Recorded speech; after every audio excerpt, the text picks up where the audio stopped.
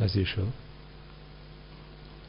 we are gathered here today to listen to another dispensation of the Lord Buddha's teaching. Let us remind ourselves that we are so extremely fortunate to be in receipt of his teaching, to be students of the Great Master, the Perfect One, the Supremely Enlightened One, the Omniscient One, the Infinitely Compassionate One, because of whom we were able to discover the path to redeem ourselves from the eternal suffering of samsara. And on this occasion where we take the time to listen to his teaching, understand it and comprehend it, let us all first take a moment to pay homage to the Buddha, reminding ourselves that it is because of him we have this path to salvation.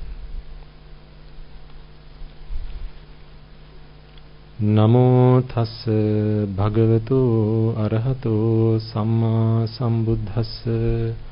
Namo tassa bhagavato arahato samma sambuddhassa. Namo tassa bhagavato arahato samma sambuddhassa.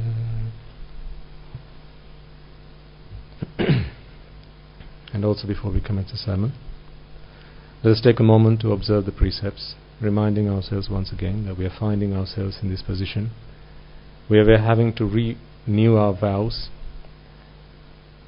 The precepts, the very precepts that we promise to abide by, promise to live by, time and time again we keep finding ourselves in this position where throughout the course of our lives there may have been instances where the desires were so strong and so severe in our minds that we had lost self-control, self-restraint, and succumbed to our desires, succumbed to our fears, succumbed to the anger and hatred in our hearts. And therefore there may have been the occasions where the very precepts that you vowed to abide by were broken. Considering this a privilege rather than a right, let us all take a moment to observe the precepts once again, but in the hope and resolve that may this have to be the last time I have to observe these precepts.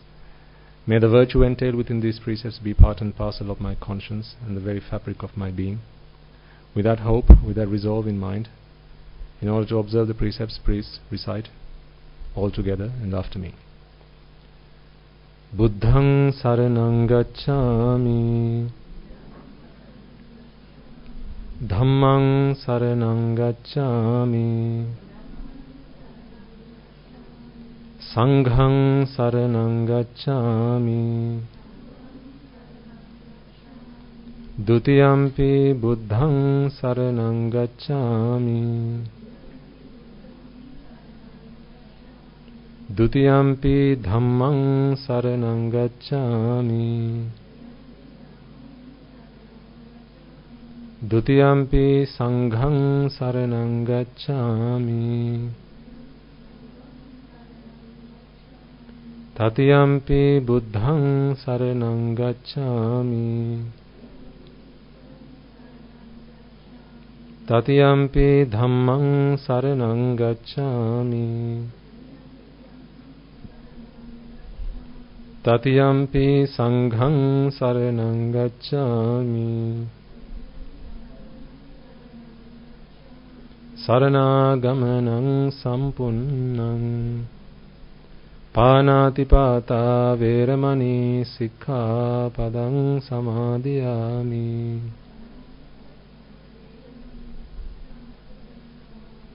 Adinnādāna veramani sikkhapadang samadhiyami.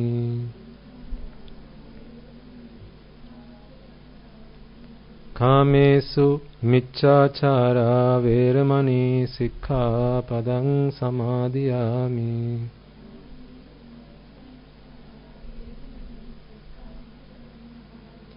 Musāvādā veramani sikkhapadang samadhiyami.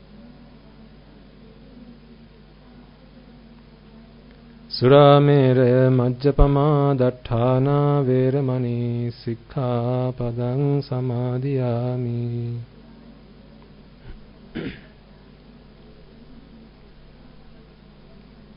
Tisaranena saddhing panchasilang dhammang sadhukhang surakkitang katva appamadena sampade tabbang. Okay, you may now all be seated.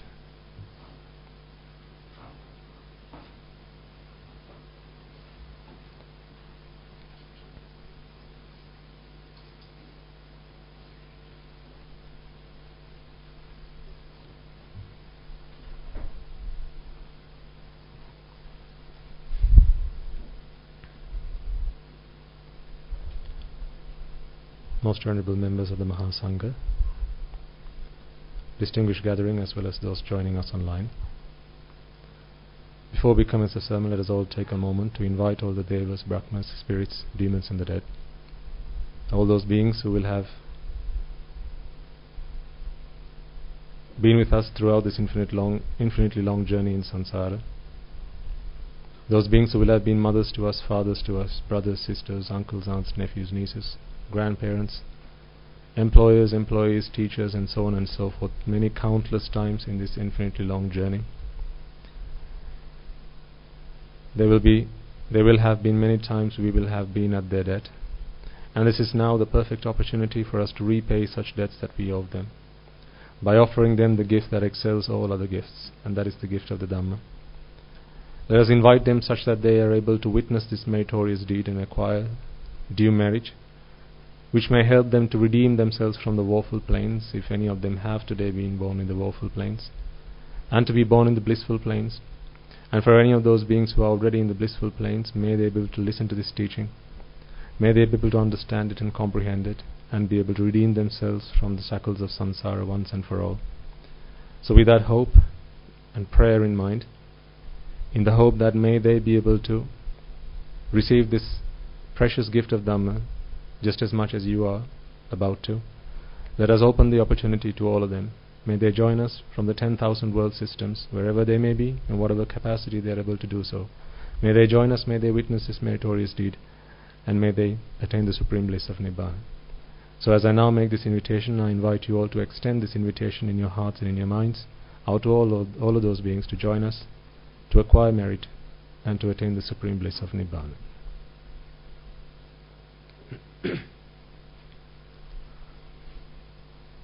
Samanta Chakravalesu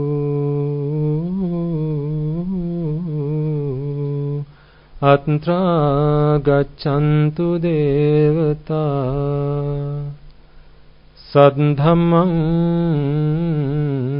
Munirajasansa Sunantu Sagga Mokkadang Dhamma Savana Kalo Ayang Bhadanta Dhamma Savana Kalo Ayang Bhadanta Dhamma Savana Kalo Ayang Bhadanta.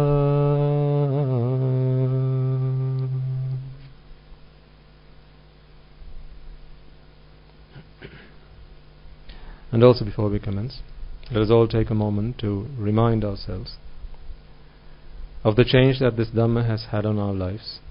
Consider for a moment who you were in this life itself, before you were appeased by the Dhamma, before you found solace and refuge in the Dhamma, the kind of person you are, the kind of characteristics and the attributes that you possessed. The person who you were not proud of, but today, thanks to the Dhamma, you have changed beyond any imagination. Now consider how you might have been in this infinite long journey in samsara, remote and removed from any moral and noble association, where virtually all associations were with immoral and ignoble people who defiled our minds with raga, dvesha, moha, desire, aversion and delusion, and having been blinded with ignorance and attachment, avidya and tanha, innumerable and uncountable will be the times we will have offended the noble ones, the Samma Sambuddhas, the Pacceka Buddhas, Arahata Buddhas, Anagami, Sakrudagami, Sotapannas, be they on the path or having attained the fruits, as well as the Buddha's ministry, the Sambuddha Shasana. For any words, actions or thoughts that were directed towards them with malice, revile or desecration, such actions, thoughts and words may today block and hinder our progress in the Dhamma. It may shut the gates for us to achieve the salvation of Nibbana. Therefore, before we commence this sermon, let us all, with humility in our hearts and in our minds, accept that this is who we used to be, and take a moment to seek forgiveness from the Noble Ones for any words, actions or thoughts of abuse, slander and desecration that we might have directed towards them either knowingly or unknowingly.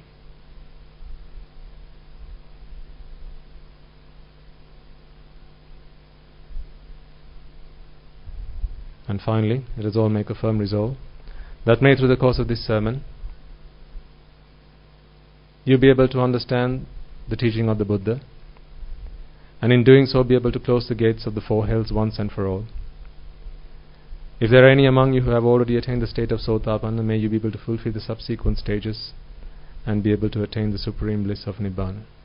So with that resolve in mind, I invite you all to prepare yourselves to listen to this sermon.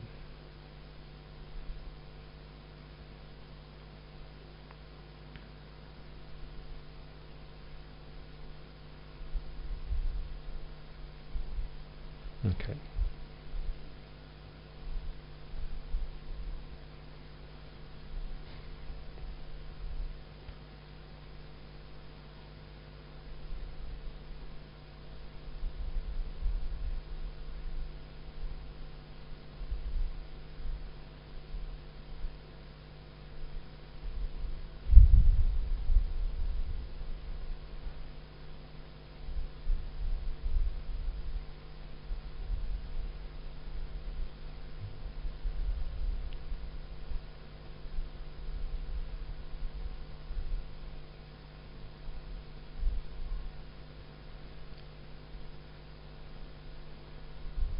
Some new faces, some old faces, and some regular faces.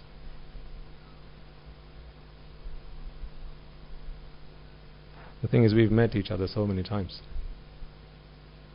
Far too many times for my liking.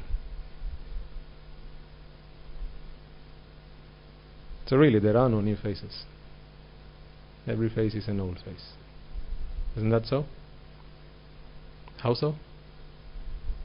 Absolutely. We've met each other far too many times now. I'm sick and tired of seeing you guys. I'm sick and tired of seeing myself in the mirror, let alone you guys.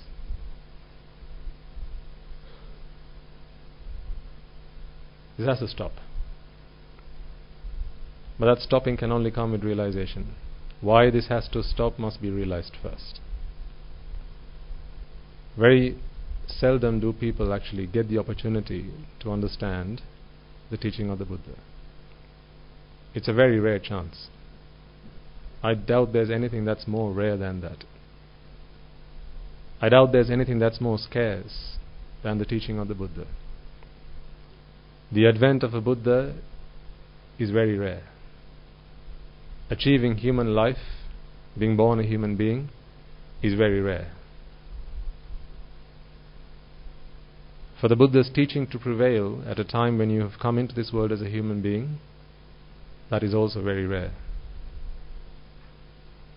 Now consider all of these three coinciding with each other. That is extremely rare. And the beauty of it is, it's a miracle that something like that can actually happen. It's a miracle. So actually, you being here is a miracle. You being alive is a miracle.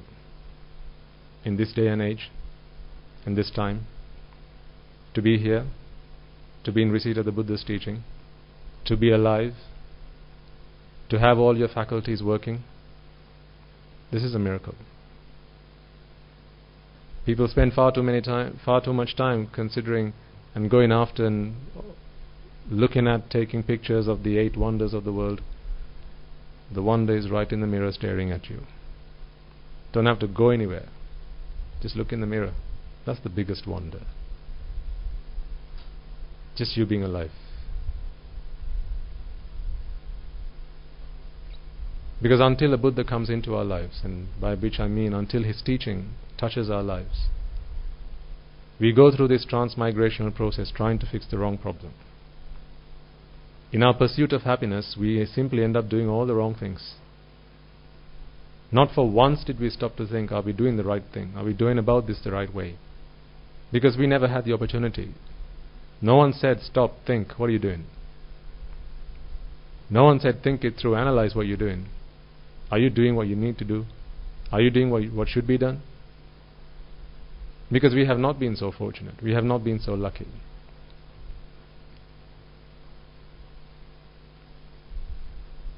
Associations have always been with immoral, ignoble people, as I always remind you at the beginning of the sermons. And the worst thing is, when you have this kind of association, these associations incline us to offend the noble ones, not realizing how precious they are, not realizing the value that they hold, how valuable these associations are. We offend them, we desecrate them, we bring shame upon their names, we curse them. Don't know about you, but these are all things I've done. And I regret. This is why every day I make it a point to seek forgiveness from the noble ones. Hopefully it's become a habit in your lives as well. It's so important, folks. I can't emphasize how important. The things that I say to you when I come and sit down here, I want you to understand that you shouldn't be taking any of this lightly. You really mustn't be taking any of this lightly. Everything I say for a reason. Sometimes you don't realize how serious it is. Sometimes you don't realize the errors of your ways. And when pointed out, sometimes people don't take it seriously. People don't take it seriously when they don't think twice about breaking the precepts that they have vowed to abide by. They don't take it seriously. At a whim and a fancy, people are so ready to take someone's life, either a person or an animal, any kind of being. It's just an insect. It's just a tiny life. Who cares? No one cares. That's what you think. I want to show you today the repercussions of those actions. You will see in a moment. I talked to you last week in great length, and I went through the discourse the Buddha gave about the Deva messengers, the Devaduta Sutra. Perhaps some of you had the opportunity to go and have a read of it at your leisure. Now today I'll bring it alive for you. You'll be able to see a video that our monks have put together on your behalf to help you realize the seriousness, the gravitas of wrongdoings. The Buddha says there's nowhere you can run and hide. You can run, but you can't hide. There's nowhere. Not in the skies, not in the great depths of the vast ocean. Nantalikena samujjamanti. You can't go and hide in the caves of a mountain.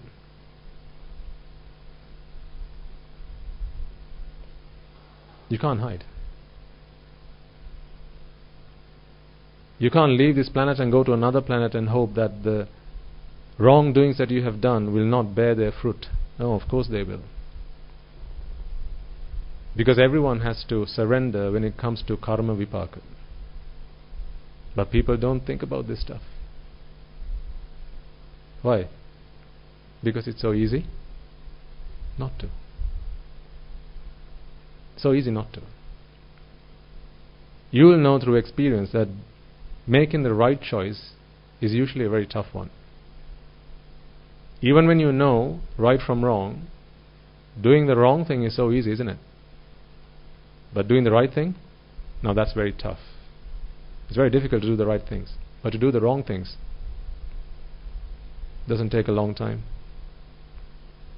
to bring a child up into this world, to help him grow, help him or her grow up, learn manners, learn values and virtues, and become a law-abiding citizen. That's a long, drawn-out process. But to get that child to engage in misdeeds, to take drugs, to engage in violent actions, to engage in sexual misconduct, to lie, to steal, doesn't take a lot. It's very simple. All you need is one bad association, one bad apple, and that's all it takes. People don't realize the consequences of their actions. When the chickens come home to roost, gosh, then it's too late. It's too late then. This is why you must contemplate on the way you conduct yourselves now, folks.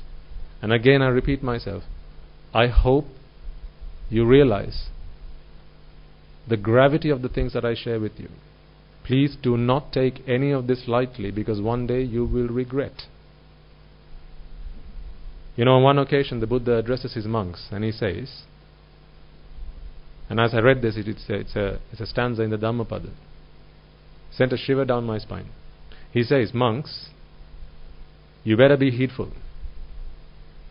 You better be diligent in your practice. Do not waste time. Do not waste your valuable, precious life. Be diligent in your practice. Because if you don't, one day you will have to drink molten lava. Red hot molten balls of copper will be dropped down your throats. It will burn you from the insides as it works its way through you, through your body, through your guts, through your intestines. And when that day comes, do not look to me and say, I didn't warn you.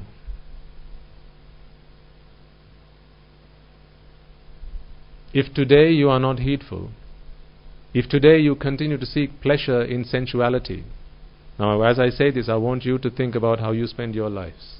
Because remember, whether you're a monk or not makes no difference. Because monks don't get treated one way and lay people, laity a different way when it comes to the Dharma Adhikarana. Judgment Day, Buddhist philosophy has a judgment day too. When you are faced with Yama, when he makes a call on what action has to be taken for the deeds of your actions. So this day is coming to all of you. So he says, I warn you, monks, if you are not heedful, if you are not hastened, if you are not diligent in your practice, and if you continue to seek pleasures in sensuality,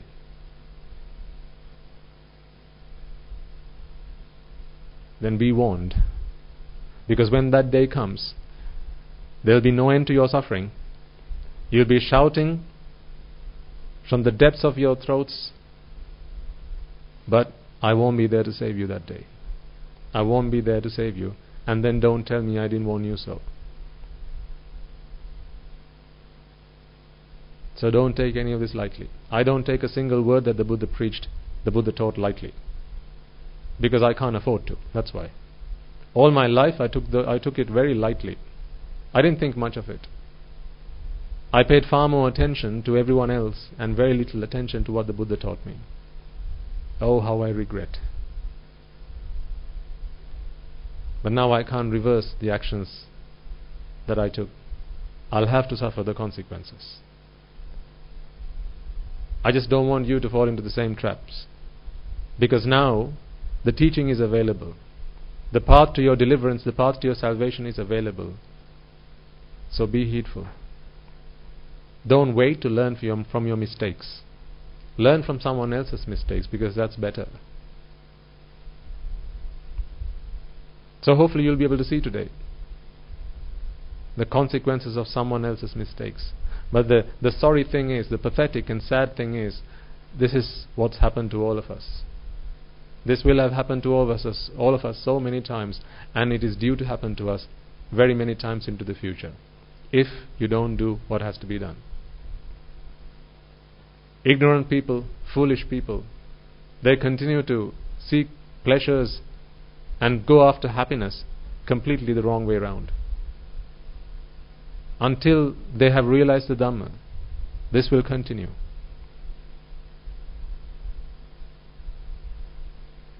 This will continue.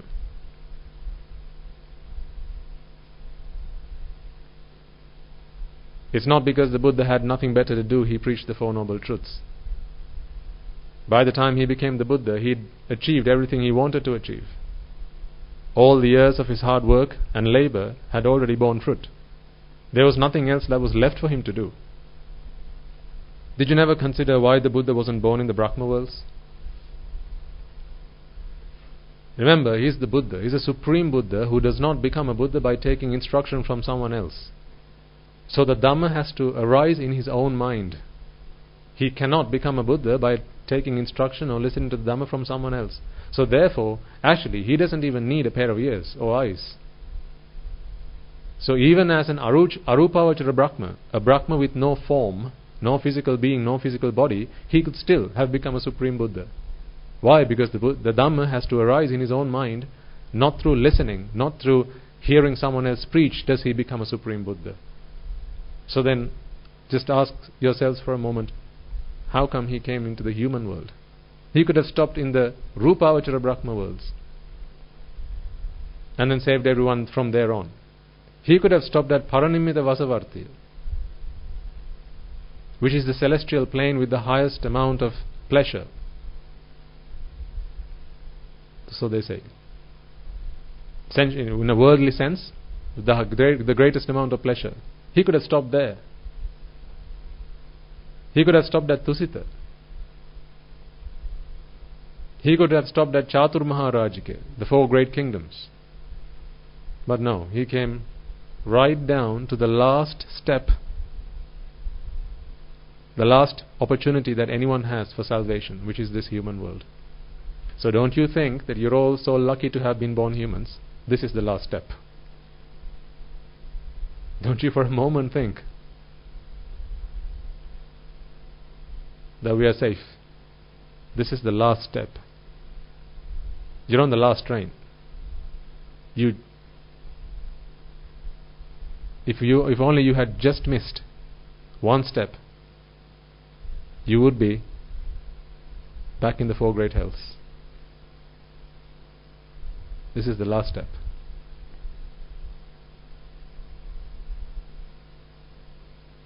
And so the Buddha decided to be born in the human world, so he could save everyone, or at least attempt to save everyone, attempt to teach everyone to save themselves. Remember, the Buddha is not a savior. He can't save you. He can give you the teaching so you can save yourself.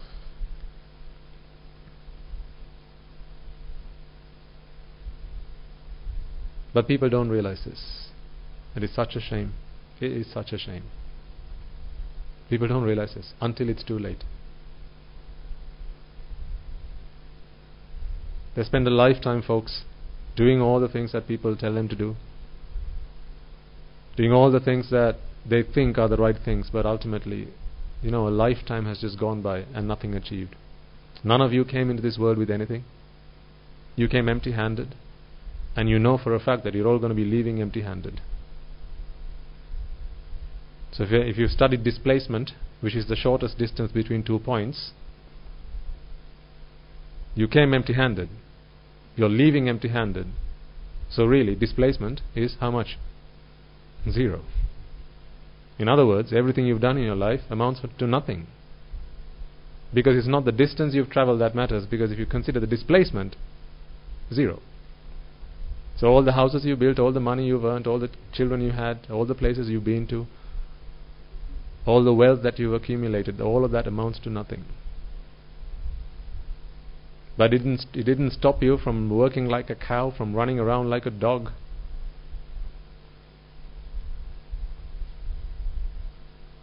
A never-ending game. To this date, you're not satisfied, you're not content. You're still looking. You're still running. You're still searching. You've got to think about these things seriously. This is not a joke, because we're talking about your life here. Joke about anything else, but don't joke about your life. Because if you're not serious about your life, then who do you think will be?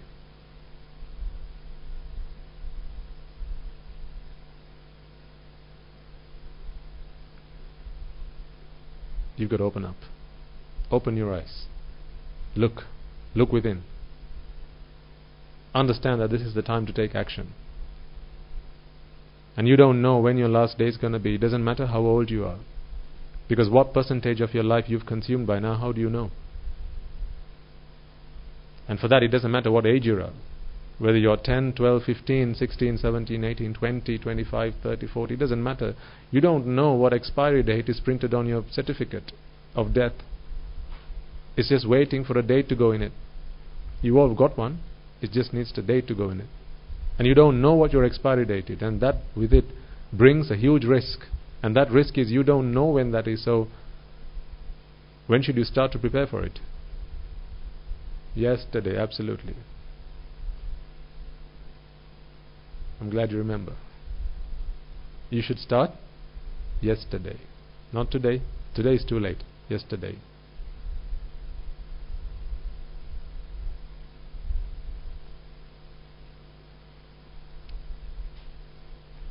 I'll keep reminding you folks of this, because I doubt there's anyone else out there who will remind you to do this, to pay close and great attention to how you spend your life. You're spending something you're never going to get back again. All the money you spend you can earn, but all the time you spend, that's gone. Your life you spend, it's gone, never to come back. You know, they say the Buddha's ministry is going to last for another 2,500 years, right? That's for everyone else. Not for you. You're going to be around in the next 2,500 years? Are you? No. So, what difference does it make then that the Buddha's dispensation is going to last for another 2,500 years? It doesn't matter. It makes no difference to us. Whatever day you're going to die, the Buddha's dispensation, the Buddha's ministry lasts that long.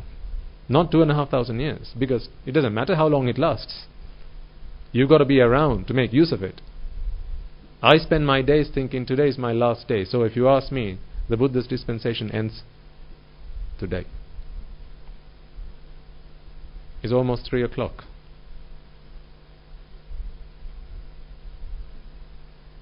The Buddha's dispensation ends in 9 hours. Have you taken from it what you should? Have you made use of it? You know that coincidence that I talked about? 3 very rare things coming together. You having been born human, the advent of a Buddha, his Dhamma being prevalent. All these 3 things coming together, that ends in another 9 hours. 9 hours, that's all it is. And of those 9 hours, how many will you actually put to making good use of it? If you're going to be hitting bed at 10 o'clock, that's 2 hours out. An hour for dinner, that's 3 hours out. Another hour for a wash, that's 4 hours out. Now you're left with 5. Stop on the way home for a cup of tea, half an hour. That's 4.5 hours left. 4.5 hours left. Through the course of this sermon, some of you will be asleep for about an hour. That's another hour gone. Right? So that leaves about what? 2 or 3 hours at best. I'm not joking, folks. You're messing with your lives. Do you realize this? You're kidding with yourselves. You're making a joke of yourselves. This is the only thing that's worth doing, if you ask me. I'm sorry, I've got to say it. This is the only thing that's worth doing. I'm not talking about becoming a monk. I'm talking about practicing the Buddha's teaching. That is the only thing that's worth doing. Everything else is simply a means to an end, because you're fixing the wrong problem. There's a fire over here to the left. You're pumping shed loads of water to the right, and there's a wall between the two. How long must I pump water before the fire extinguishes? How long? you realize that this is a mad question, right? It makes no sense. It's a nonsensical question. Because the fire's over there. This is where you're trying to fix the problem. Until you have attained the state of Sotapanna, or at least you're close to that, at least until you are on the path to becoming a Sotapanna, you will be fixing the wrong problem. I see a huge problem with that. My question to you is, do you?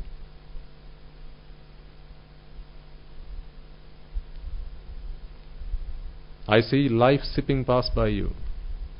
My question is, do you? Don't you fall into the fallacy that I'm still young. I'm only a teenager. I've got a whole life left in front of me. Just wait. So teenagers don't die, huh?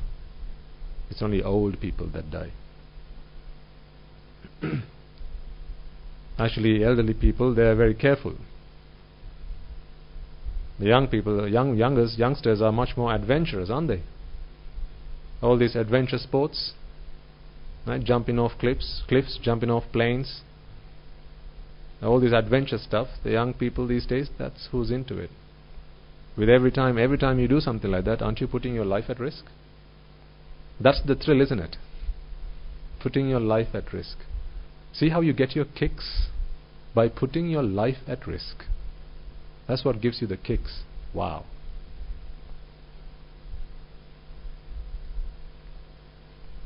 Do you get excited by putting your life at risk?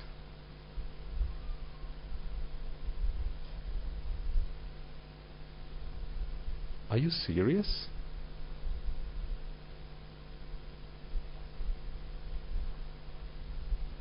Stop and think. I'm not saying do them or don't do them, but I think you should really reconsider. I liked adventure myself when I didn't realize the value of my life.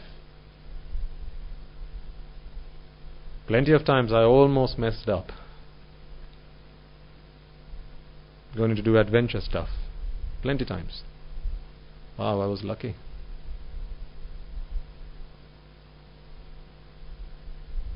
So when I see some young faces, I feel the need to urge them to just take a moment to think, what are you getting your kicks out of? Some get into drugs, some get into intoxicants, because that's how they get their kicks. By washing away their life, by ruining their lives.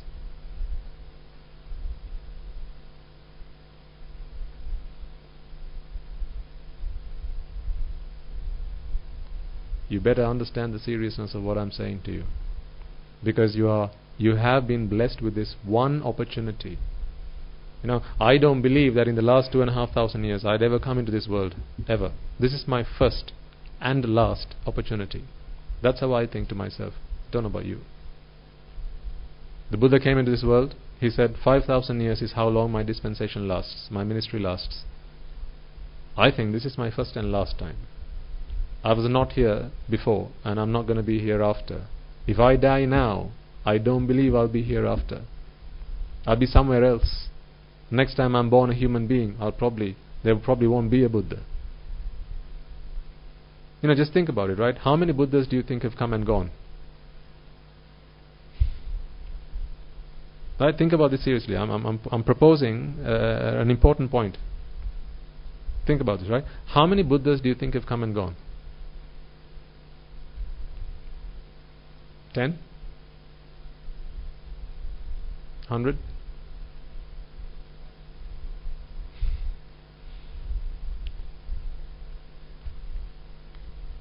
$500,000, that's since our Bodhisattva determined to become a Buddha. But what about all the Buddhas before that? More Buddhas have come and gone than all the grains of sand that make up this planet. Do you realize that you're still here?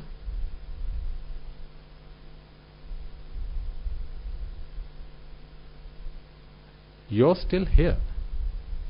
More Buddhas than there are grains of sand on this planet have come and gone, and guess what? You're still here. What makes you think then that if you're not heedful, if you're not diligent, you're going to do it this time round? So then I have to ask you the question, why didn't you do it last time round? And the time before, why didn't you do it then? What about the time before that? And the infinite number of Buddhas that have come and gone, why didn't you do it in their time? What makes you think you're going to do it now then? If you don't take a different course. If you keep doing the same things, you're going to keep getting to the same results. That's simply that is the point. You have to change. You have to change. You can't expect to keep doing the same things and expect a different result. Can you? Keep doing the same things and expect a different result. Surely that doesn't make sense even to a child of little intelligence. Even to a young child that makes sense, right? You can't keep doing the same things and expect a different result. You have to change. The question is when? The answer is yesterday. Remember, yesterday came and went. Did you change? You know, the sad thing is, as much as I urge you to do this, I know that only 10% will do it. If there are 30 here among you, 3 of you will do it. The other 27 won't. Why? I don't know. I don't know why. I used to want to find all the answers to these questions. Why do people not do as I say? I stopped going to that class. You know, if someone comes and asks you, why don't these people listen to the Dhamma? You know, if Swaminatha, you keep telling, do for your 15 minutes, why don't they do it? My advice is, don't sign up to that class. They don't because they simply don't. That's why. Why do liars lie? I wanted to find the answers. Well, the best I came up with, well, they're liars. What else do you expect them to do? That's, you know, they lie. They're liars. What else do you expect them to do? So I no longer want to try and find answers to these things. But I've come up with a phrase to very aptly describe this scenario. Why do people not do as you ask them to do? When they don't know what's best for them and someone tells them, this is what you ought to do, why don't people do it? The best I can come up with is, well, isn't that interesting?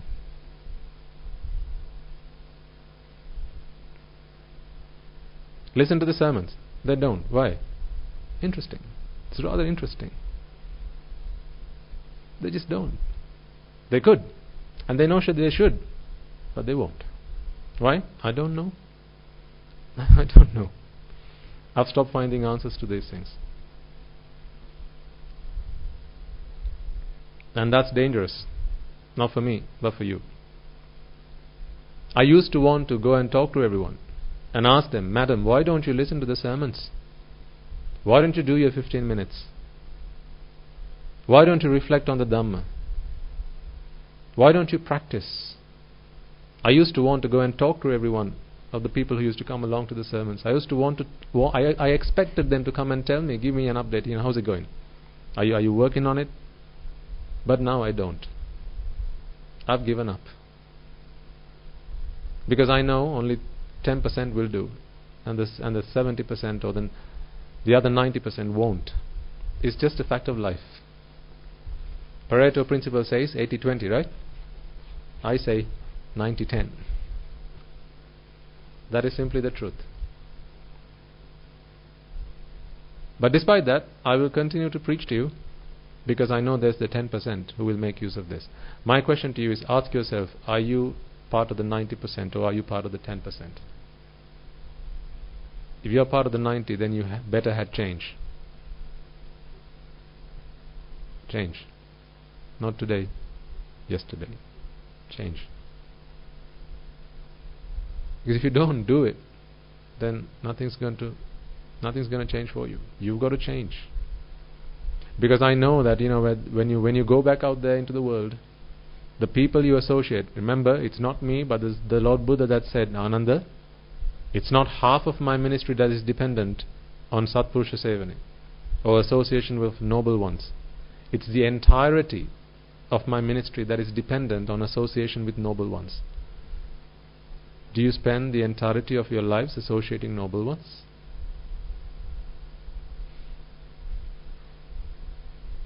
So what makes you think then, if you don't do the things that we suggest you do, anything's going to happen? Anything worthwhile, anything good's going to happen. So do that. Because the consequences are coming. You will have to bear the fruits of the seeds that you sow. You can't reap the fruits of the seeds that I sow, and I won't be reaping the seeds of the fruits that you sow. It's every man for himself. We can help each other. We can show each other the path, but it's everyone for himself. Every woman for herself, every man for himself, and every child for him or herself. You've seriously got to take this seriously, and you've got to take charge of your lives. No one else is going to do it for you. If you don't have a plan, you're going to fall into someone else's plan. Tata, he has a plan for you. Sansara has a plan for you. If you don't have a plan for yourself, then you're going to fall into that plan, and it's not going to be a fun ride. So last week I talked to you about the Devaduta Sutra, the discourse that the Buddha gave about the Deva messengers, and how people have to face the consequences of their actions. And remember, one of the occasions that sent a shiver down my spine was when the Buddha said, "Monks, I say this not from hearsay. I see this with my own divine eye, and I'm telling you about this because I know that this is the case. I know this, and therefore I say this to you." So what he said in the discourse that he gave his monks, he saw it, and he warned us, this is what's coming. My second favorite person, who's my second favorite person? King Yama. Why is he my second favorite person? How many chances does he give? 5 whole chances. Not 1, 2, 3, but 4. He gives 5 chances. 5 chances he gives and asks, did you not see a little child turning around and prone in his own excrement, in his own urine, unable to fend for itself? You were all there, right? Or did you all come into this world walking and running and jumping up and down? No, you were all there, and most of you will have children have had children in your life, so you will know the state that they were in their own excrement, right? Child can't change its own pampers. You've got to go and do that for the child. Right? If a mosquito bites, then the child doesn't know what's going on. All the child experiences is pain. You put the child on its back. The child is unable to turn and adjust itself when it feels the pain and the pressure of it, the bed sores, right? The child can't adjust itself. So it's completely and wholly dependent on the parent, on someone else, for his sustenance and survival. See, helpless. So the King Yama asked, did you not see this happen to other people? And when you did you not realize that you haven't escaped this plight? Did it not dawn on you for one moment that you're going to have to go through this? No, sir, I was heedless. I saw this, but I didn't think to myself that I have not escaped this. Oh, well, what a pity. Well then, you have to be responsible for your own actions. Your mother, nor your father, nor your brother, nor your sister, nor your accomplices, nor your friends, nor your companions can suffer or bear the consequences of your actions. You and you alone will have to bear the consequences of your actions. And remember, I said there was a salient point there why he asks about the mother and the father and the brother and the sister and the friends. Why does he say these things? Yeah, these are the people that you surround yourselves with. These are the people who will virtually always influence you to do the bad things in your life. The people that you surround yourself with. Did I not tell you that you're the average of the 5 people that you spend most of your time with? Some time ago I asked you to consider who are the 5 people you spend most of your time with. Whatever good they do, whatever bad they do, you're their average. And for some people this was an eye-opening activity and exercise. Some came back shocked. Swaminas, I didn't even realize. I'm not going to talk to her anymore.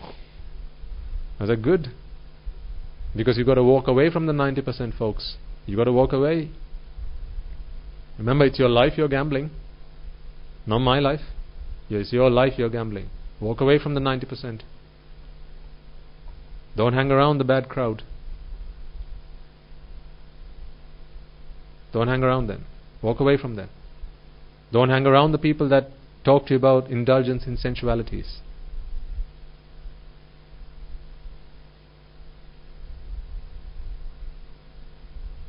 And then the King Yama asks about the second Deva messenger. Did you not see the elderly? Old age and frail, weak, wobbly bones and limbs, unable to fend for themselves again, unable to feed themselves, unable to stand up on their own 2 feet, bent and crooked, weak throughout their body. Did you not see them? Did you not consider for a moment that you have not escaped that plight yourself?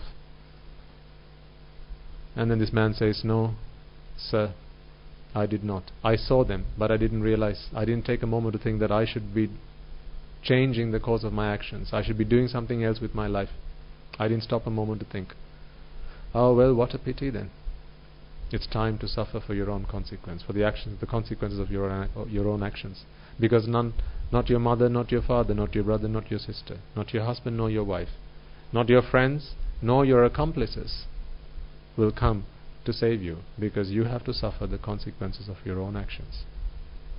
Then he goes on to ask about the third Deva messenger. Did you not see the dead, bloated, decayed? Did you not see them? Then did you not realize that this is coming? And remember I say my dad is a Deva messenger to me.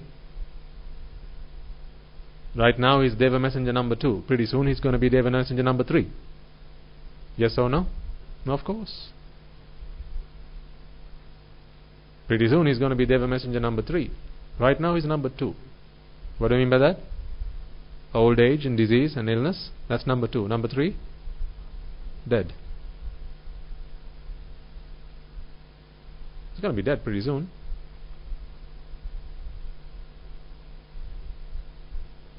I can read the look on your face. It's like, he's so heartless.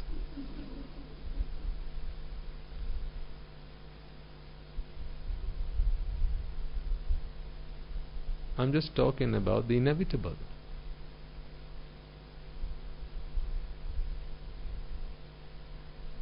Is it not the truth? It's not like I have some kind of morbid fascination with death or something like that, right? But you have to face the truth. You know, you're all going to be dead one day. Surprise!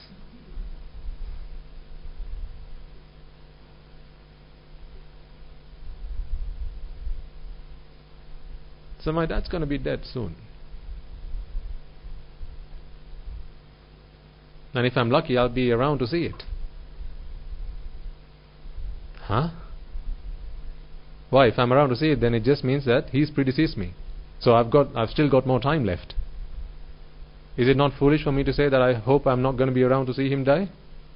No, that's a pretty foolish thing to say. I hope I'm going to be around when he's dead. I hope I'm going to be around when my mother's dead. Why? It just means that I've still got just that little bit more time to do what I have to do with my life. So I hope I'm going to be around when you're all dead. Mustn't you be wishing for the same? Yes or no? Of course. Parents hope that you're going to be around when your children are dead. Yes or no? And children hope that you're going to be around when your parents are dead. Why? So you can throw a party? No, so you can realize that you've got to be heedful. So you can realize that look at what's happened to this man, look at what's happened to this woman, look at what's happened to this child. They spent a lifetime trying to do all these things which ultimately amounted to absolutely nothing. What a waste of a life. Perhaps at least now I should start to make a change in my life. That will be an eye-opening moment. All I'm saying is open your eyes now and don't wait for that to happen. So that was the third Deva messenger. Then there was the fourth Deva messenger.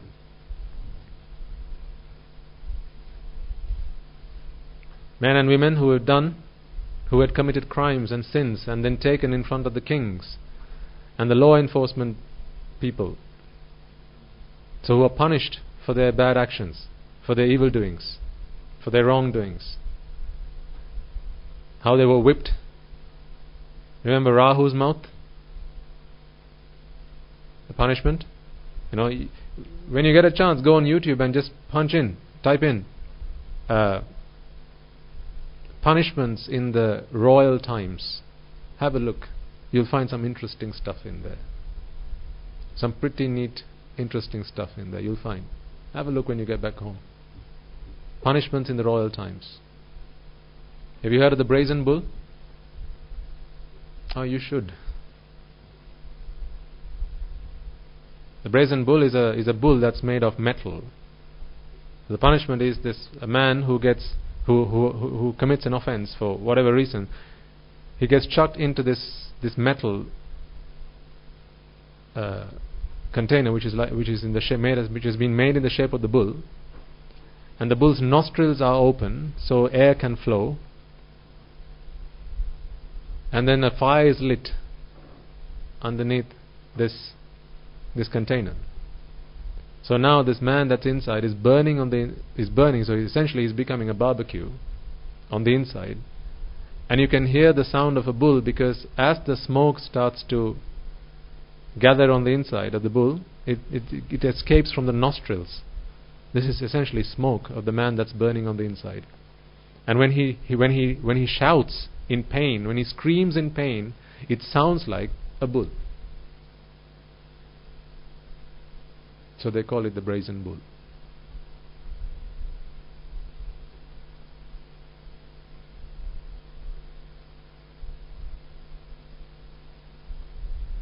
How come you look like you've never heard of this stuff?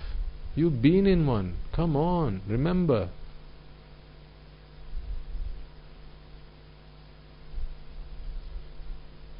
There was another one that I thought was quite interesting. I don't know how people come up with this stuff. Well, actually I do know. When you've done the karma, the vipaka, it molds the required punishment. It's like automatic. It just happens. The required vipaka for the karma, the idea comes into people's minds. So what they do is, a man gets laid down on a bed and he can't move, so he gets tied down to the bed. And what they do is they take a bucket, like a pail that you put into the well to pull water, to draw water out of. They put rats into the bucket, and they turn it topside down and put it on this man's stomach, on his belly. And then what they do is they light coals on they light coals and on the bottom of the pail. So it's now upside down. So you can imagine that there's a man lying on the bed with his hands and legs tied to the bed, and there's a pail, so a bucket, an iron bucket that's been put on this man's stomach, and then coals that have been put on the bottom of the pail with rats on the inside. So these rats, when it starts to heat up, they want to escape. So remember, this is a metal pail. There's no way that the rats can chew through the metal, so they chew through the only thing that is chewable. What is that? No, of course, this man's body. So because they can't go the other way, they go the only way that's possible to escape, and so they start chewing through this man's guts while this person is still alive. They chew through this man's insides, through the stomach, through the guts, through the intestines, until they come out the other side. Can you imagine the pain that this man experiences? Punishments in the royal times. This is heaven compared to what King Yama is going to decree when he gives you his final verdict? Let's have a look, because this awaits for any among you who have still not decided that there's only one thing that is worth doing, and that is to rid your mind of attachment and ignorance and walk the noble eightfold path. If there are any among you who have not become Sotapannas, which I can only assume is the majority, then this is what awaits. Remember, there may be still those among you who are skeptical, so I'll remind you what I told you last week. If this is just a lie, well, nothing lost. But what if it's real? What if it is actually true, but you think it's not? Now you've got everything to lose. If you think it's real, but it's not, hey, nothing lost, right? Nothing lost. At worst, you will abstain from doing unwholesome, unmeritorious deeds. What's the loss?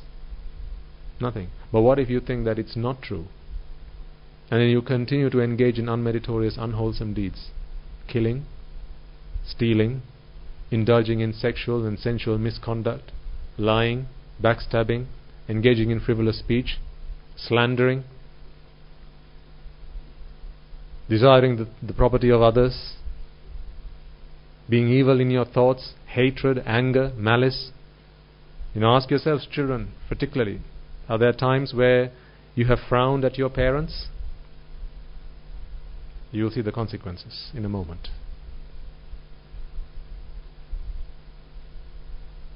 Are there times where you will have shouted at your parents, spoken to them with malice and hatred and anger? You will see the consequences in a moment. I want you to watch this. I want you to watch this because you might think that this is a horror movie. But the thing is, today you're watching it. Tomorrow you're living it. You're going to get to star in it.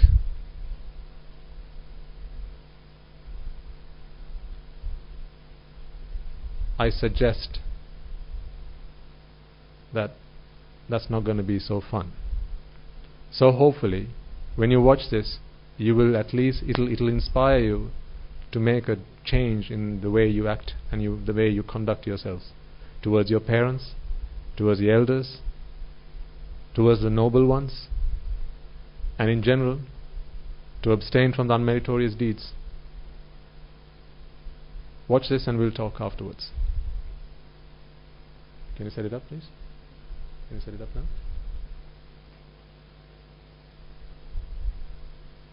Are we able to see it on the laptop? Because I can't see what's going on.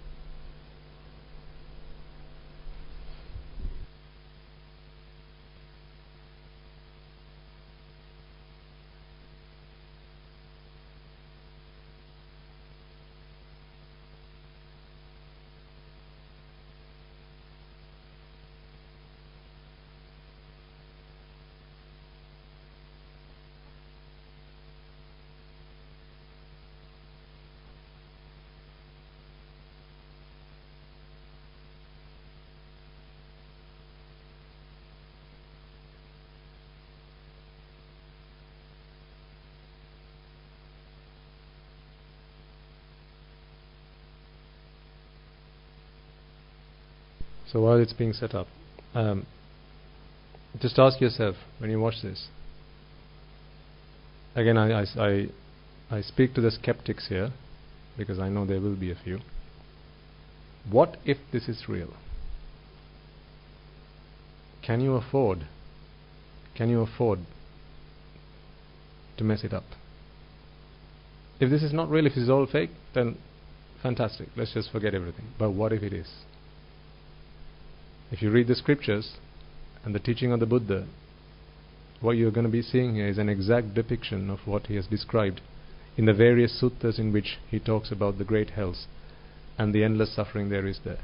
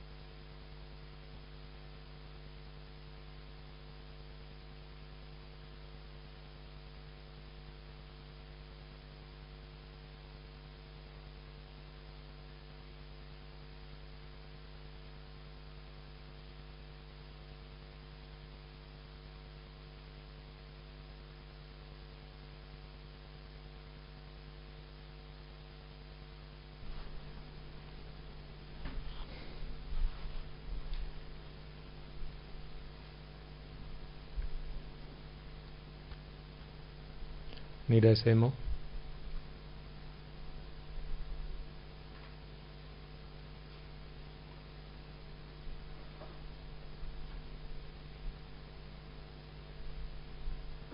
None of that is made up stuff. That's not fiction. That's the truth.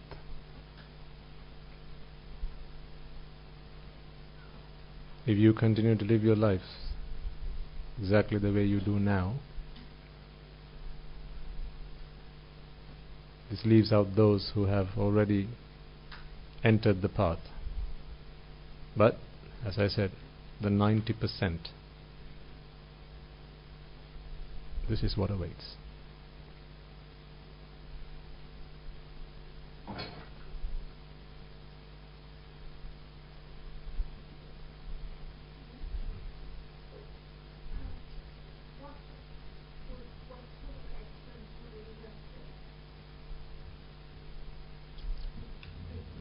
Yeah.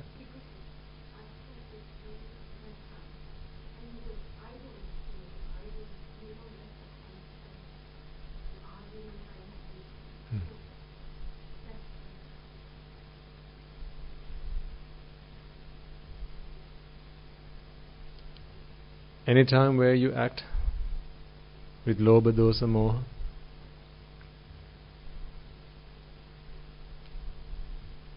these are the consequences. Killing doesn't have to be simply taking someone else's life. If you conduct yourself in such a way that it destroys someone's personality, someone's character, if you act in a way that is damaging to someone's character, that is also considered panatipata.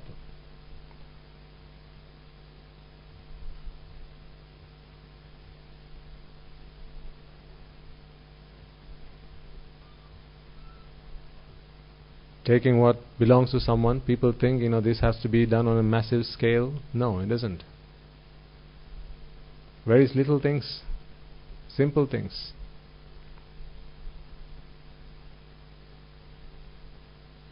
Taking whatever that doesn't belong to you.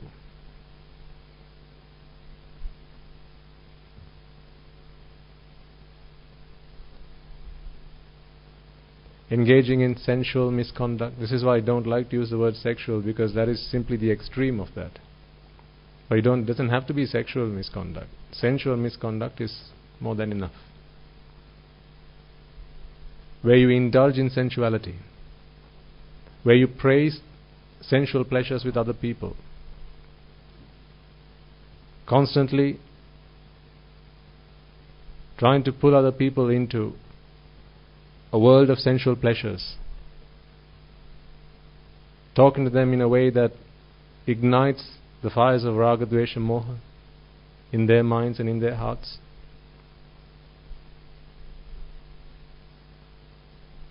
Greed, anger. This is what I said, even some simple things like frowning at your parents. Do you see what happened to that man's eyes? What do you think might have been the actions that deserve those consequences? Some people act in a very big-headed way. Did you see what happened to the guy with the big head? The problem is, because you don't see these things happen to you in real time, people don't realize the seriousness of this. In the way that people conduct themselves with the Buddha, Dhamma and the Sangha. Misdeeds, desecration, Arupavad, all of these are consequences of those actions. Lying, backstabbing. And sometimes people may think, well, I haven't done all those in this life, but it's not simply the deeds of this life that will bear fruit when you go there.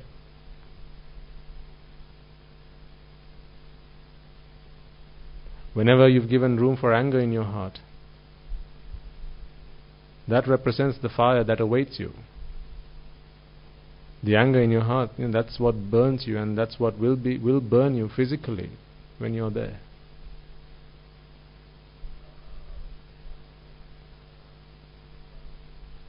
There's simply no escape. Even in the workplace, people think, well, I'm a very just citizen of the country. I'm very subservient, or I'm very loyal to my workplace. But, sometimes it's very easy for someone to be loyal but still be a thief. They don't even realize they're doing it. A really simple example of using property that is available at the workplace for your own personal reasons, personal use. That wasn't put there for personal use, it was put there for work uses, for official purposes. If you use the work phone to make personal calls, isn't that stealing? If it wasn't pre-approved that you could use it for personal use, then of course it's stealing. You're using something for your own personal gain when actually it's there for other purpose. A lot of people use motor vehicles that have been given to them for official use, and they use it to go on their personal errands. Just look at your own lives and you'll find the answers.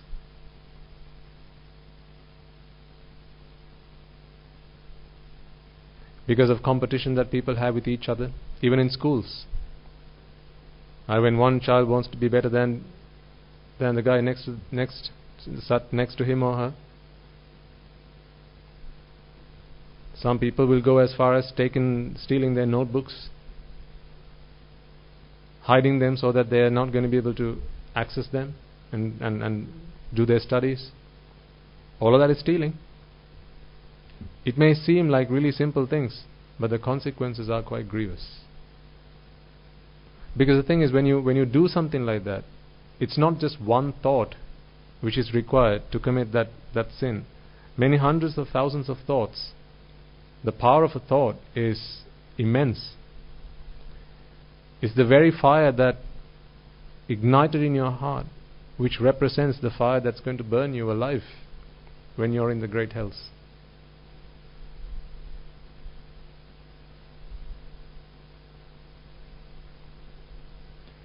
When people are so swollen with their egos, the way they talk to other people, undermining other people through ego, one-upmanship, I'm better than you. And sometimes they don't say it out explicitly, but the way they use their words, it's clear that what they're doing is undermining someone else. Big-headed. You see what happens.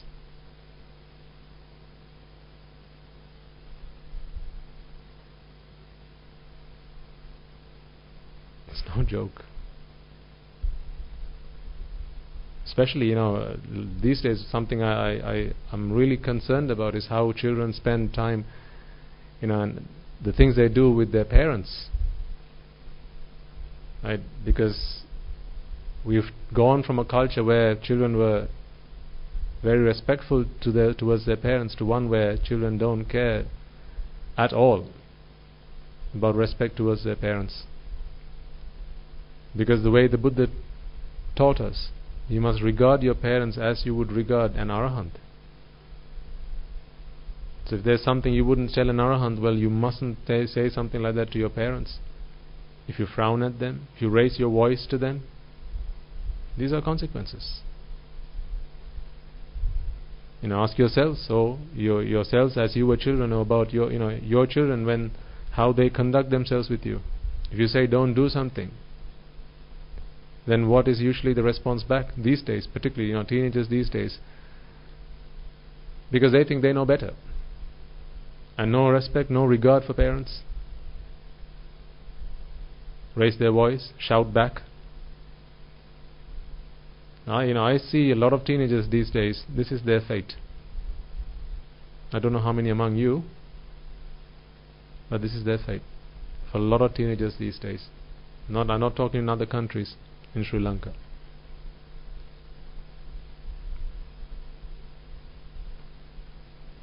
And parents, are you okay with that? This is where your children are heading after all that you've done for them?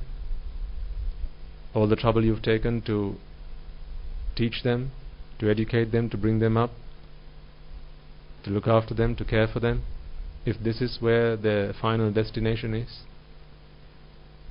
you might as well throw them away now.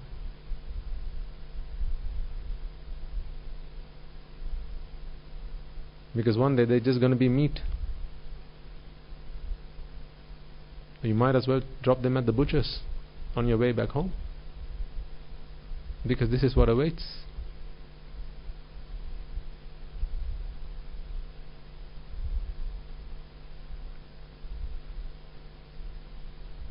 People don't think about these things.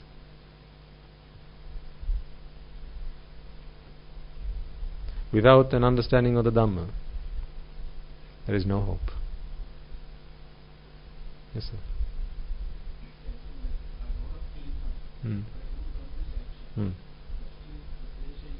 Yes. So because the action was not completed, there will not necessarily be a deed that can give you birth in the hell. However, even having been born in another place, maybe even as a human, or being born in the hells as a result of a different deed which was completed, the thoughts that arose in your mind, which were thoughts of anger and hatred, will bear fruit when you are there. But to take you into the hells, it has to be an action that was completed. So either stealing or killing or lying, it has to be a no, not necessarily a kaya sankara. Karma pata, yes. A karma pata. So it's called a deed course. So the English translation, or there would be a deed course. It's got to complete. There are a number of factors that have to complete before that action can give you birth either in the blissful plane or in the woeful plane. So if you think about giving alms, that's not sufficient for you to be born in the blissful plane as a result of that deed. But thinking about it will give you an easy life if as a result of another deed which you have completed takes you there. So one deed takes you into the hells, but all the other deeds and all the other thoughts that you have had, which are to do with lobha, dosa, moha, while you are either doing that particular deed or other deeds, they'll bear fruit the moment you get there. So there is no escape. That's why he says you can't run. There's nowhere you can hide. Not in the sky, not in the deepest, darkest, vast ocean. There's nowhere to hide. Because when Mara is going to come and find you wherever you are,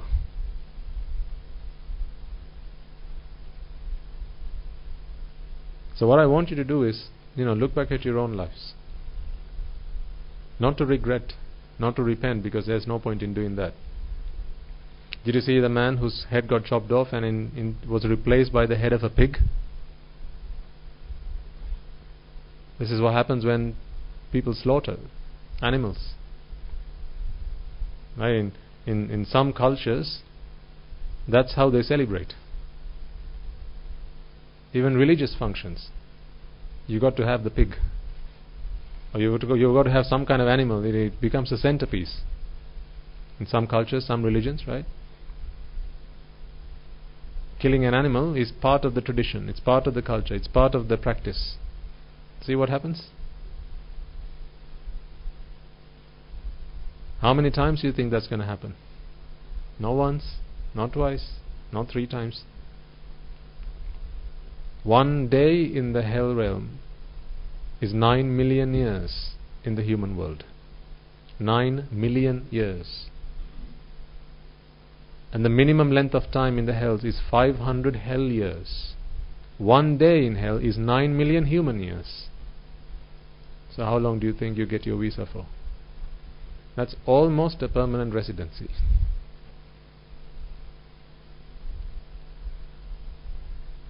Wake up. Even after seeing things like this, it baffles me how some people can actually fall asleep in a sermon. It baffles me.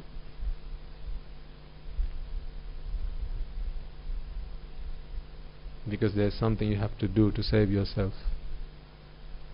I'm doing it 24/7, 365 days a year. You're doing it once a week. Good luck. Once a week, you practice the Dhamma. 6 days of the week, you practice worldly pleasures and the things that you have to do outside. Because nothing you do that is outside the Noble Eightfold Path is going to save you from the 4 hells.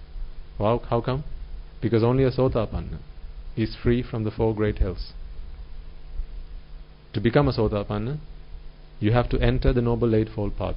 It's with Samma Ditti you become a Sotapanna. So not all the money in your bank account can make you a Sotapanna. Not all the houses, not all the property, not all the wealth, not all the riches can make you a Sotapanna. It's only the Buddha's Dhamma that can help you get there. This is why we urge you and we virtually beg you to realize this for yourselves and treat the underlying cause. Because otherwise all of existence is simply fixing the wrong problem. You want something, you don't have it. People fix the don't have it. People don't fix the right problem, which is the don't have it. The don't, or the wanting. Acquiring what it is you desire. People think, I don't have it, so that's where the problem is, so let me go and acquire it. Everything in your lives you've done so far, just ask yourself, was that not to acquire what it is you desired? Right? Why do you get up from bed in the morning? Get out of bed in the morning. It's to acquire what you desire. Right? Jobs and studying and schools and earning money, going to the gym, going to the saloon, meeting friends, going to the pub, going to the club, right? Going out, restaurant, watching TV. All of these things is to acquire what you desire. The problem is desiring, not having what you desire. That's not the problem. So all life you spend trying to acquire what you desire, but that's not where the problem is. The problem is desiring. And the desire comes through attachment. So the only way to rid yourself of this suffering is to actually rid the mind of attachment. If you do it to some extent, then that's when you become a Sotapanna. When you realize that attachment is the cause of all suffering, not the absence of the things you want. That's not the cause of suffering.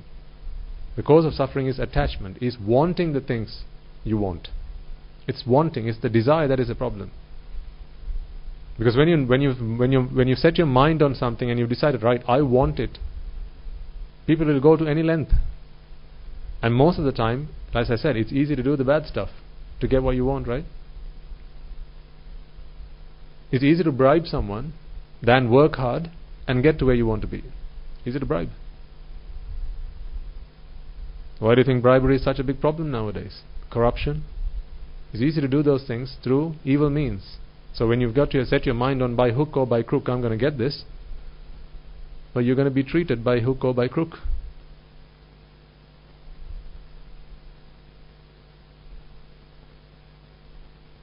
People really have to open up and see the truth that laid in front of them, because you're going to be starring in that movie pretty soon.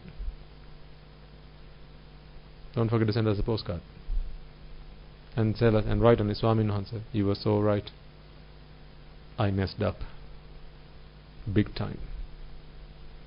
If only I had listened to you, if only I had taken it seriously, if only I had given it due consideration and due thought, I would have changed my ways, I would have acted differently, I would have refrained from the unwholesome deeds, I would have walked away from the bad crowd, I wouldn't have hung around with the bad people.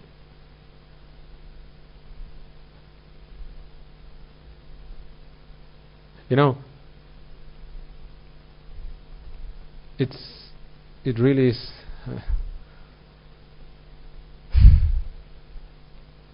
it's so frustrating.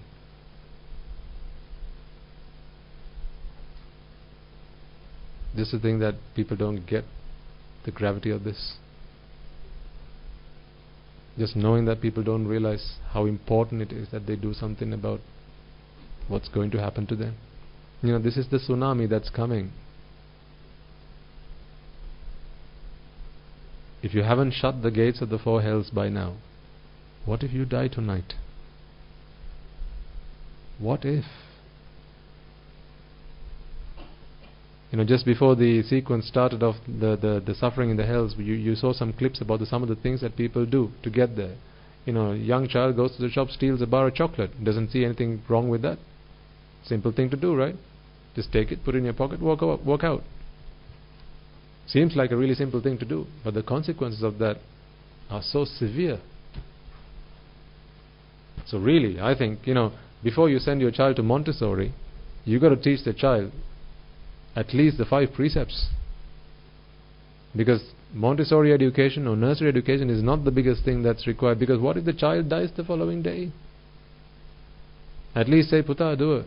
Don't steal, don't kill, don't lie, don't engage in sexual misconduct, don't go for the bad stuff, walk away from the bad crowd, don't raise your voice when you talk to Amme and Tati, don't speak back to them, practice patience, don't become angry, control yourself. You know, at least, okay, let's say, you know, they have to be at least 7 years of age before you can start to talk to them about anicca dukkha anatta. But at least until then, put in some kind of mechanism to prevent them from engaging in bad deeds. And the shameful thing is, a lot of parents these days, they just don't have the time for their children. They had time to bring children into this world, but then they don't have time to look after them and to teach them right from wrong, because they're far too busy trying to build up worldly pleasures so that their children can have a fun, enjoyable life in the future. Well, till what point? At the moment of death, everything's gone. So what is the point of having invested an entire life building property for them, buying, you know, getting them a great education, getting them money, right? Well, what's the point? They're going to leave all that behind, and after all, everything that's left is just the deeds that they've done, the good and the bad that they've done. That is where you need to invest your time. I'm not saying don't do the other stuff, but number one has to be save them from themselves. Save them from themselves. It's a nasty, nasty, nasty world out there, and you know that better than I do. Evil association, bad people, right? Constantly getting youngsters these days to take part in intoxicants, and violence, and drugs, and sex. These have become the 3 pillars of teenage life: violence, drugs, and sex. They don't see any other path to deliverance, to salvation. This has become the sole purpose of existence for a lot of young people these days. All I can see is parents are to blame, because they came into this world not knowing anything. It's down to the parents to show them the right path. Try, you can try, but if they don't take it, then so be it. But you've got to try. You've got to keep trying, because you have a responsibility. You brought them into this world. Keep trying. If they don't take it, you can't help. That's like you and the people who come to the monastery. We'll try. We'll keep trying. If they don't listen, what can I do? But I'll keep trying. I'll keep reminding, have you done your 15 minutes? I'll keep reminding, have you listened to the sermons? But if you don't do it, then not your brother, not your sister, not your father, not your mother, not your husband, not your wife, not your companions will suffer with the consequences of your actions. You and you alone will have to suffer. So, to free yourself from this, it's the Four Noble Truths that you have to understand. You have to comprehend. The Four Noble Truths. These are the truths that can only be revealed by a Supreme Buddha. No other being can come into this world and speak of the Four Noble Truths.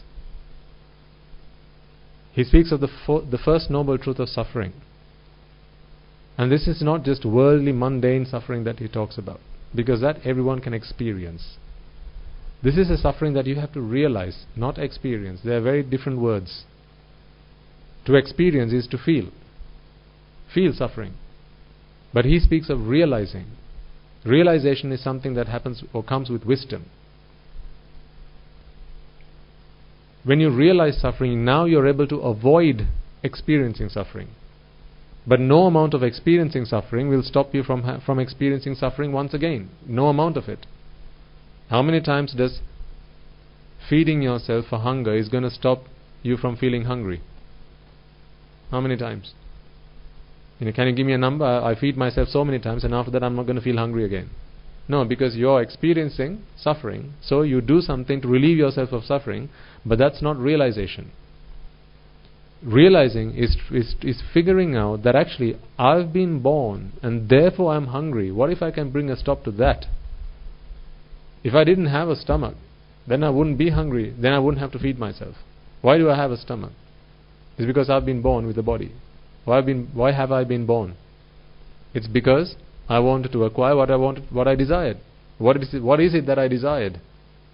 Rupa, Vedana, Sanya, Sankara, Vijnana. And sight, sound, smell, taste and touch. These are the things I desired. So when you look at it through this lens, you see that all of experiencing suffering, all suffering experiences are ultimately tied back to the root,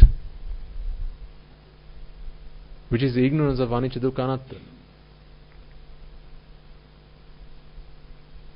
Whenever there's being, not a being, whenever there's being, so presence or being, existence, whenever there's existence, there will always be suffering. There's not a single place where you can say there's being, there's existence, and there's no suffering. It goes hand in hand. So the first noble truth of suffering, the Buddha says, look for suffering within the things that you find pleasurable. So remember, idan dukkham parinyayanti me bhikkave pubbe ananusutesu dhammesu, he says in the Dhammsakpatam Sutra. This is pirisinda dakinna, right? So if I were to translate to English, loosely it would mean penetrate the pleasures to see the suffering. Let's take a simple example of what people consider to be noble suffering these days, right? Old age. Let's take old age as an example. What is the pleasure that you need to penetrate before you see the suffering with old age? Which bit of old age is pleasurable?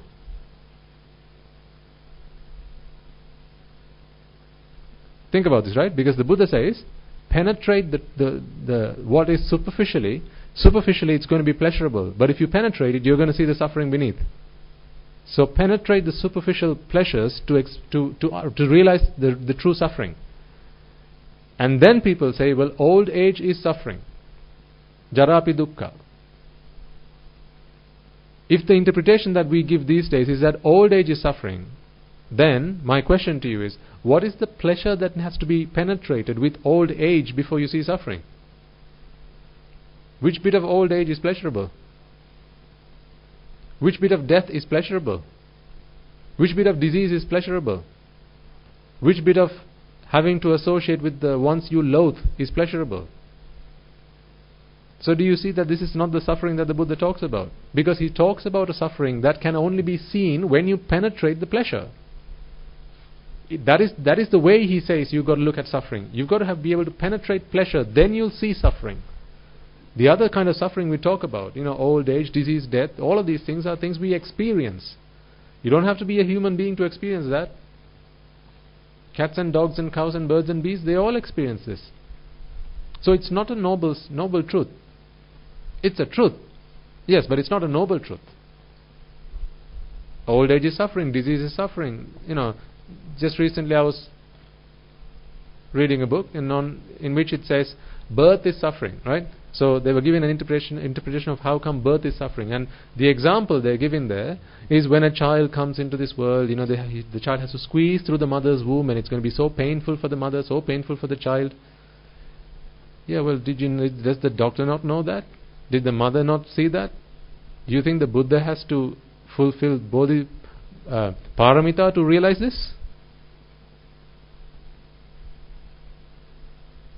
If that is the suffering that the Buddha talks about when he speaks of jatipi dukkha, then sorry, but he was a fool. If that is the suffering he speaks of, then I'm not prepared to accept that the Buddha was a fool. A lot of books, if you read or watch videos, they'll say, right, birth is suffering because the mother goes through a lot of pain during labor. The child goes through a lot of pain during labor, and that is the suffering that is associated with birth. That's child play. Everyone gets that. You don't need to be a Buddha to realize that. 4 incalculable eons and 100,000 more paramita to realize that. I realized it the day I came into this world. I hadn't completed 4 incalculable eons and 100,000 more.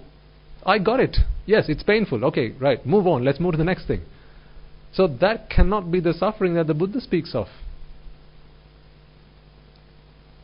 Old age is suffering, and if you read the books, a lot of the popular Buddhist books these days, if you watch the videos, they'll say old age is suffering. How come? Well, people are old and they can't stand up by themselves. They find it difficult to walk. They become incontinent, right? So the Buddha had to go through 4 incalculable eons and 100,000 before he realized that? If that were the case, he's a damn fool. And I'm not prepared to accept that the Buddha was a fool. He's the wisest man ever. So it's not that he speaks of when he says old age is suffering, or growing old is suffering. Jarapi dukkha. It's not talking about growing old. What about the Devas and the Brahmas? How do they grow old? What about the Arupavachara Brahma worlds, where there's no body? How do they grow old there? They don't have frail bones and weak bones and incontinence. That's not a problem they have in the Deva worlds. So this is only true for human beings then, huh?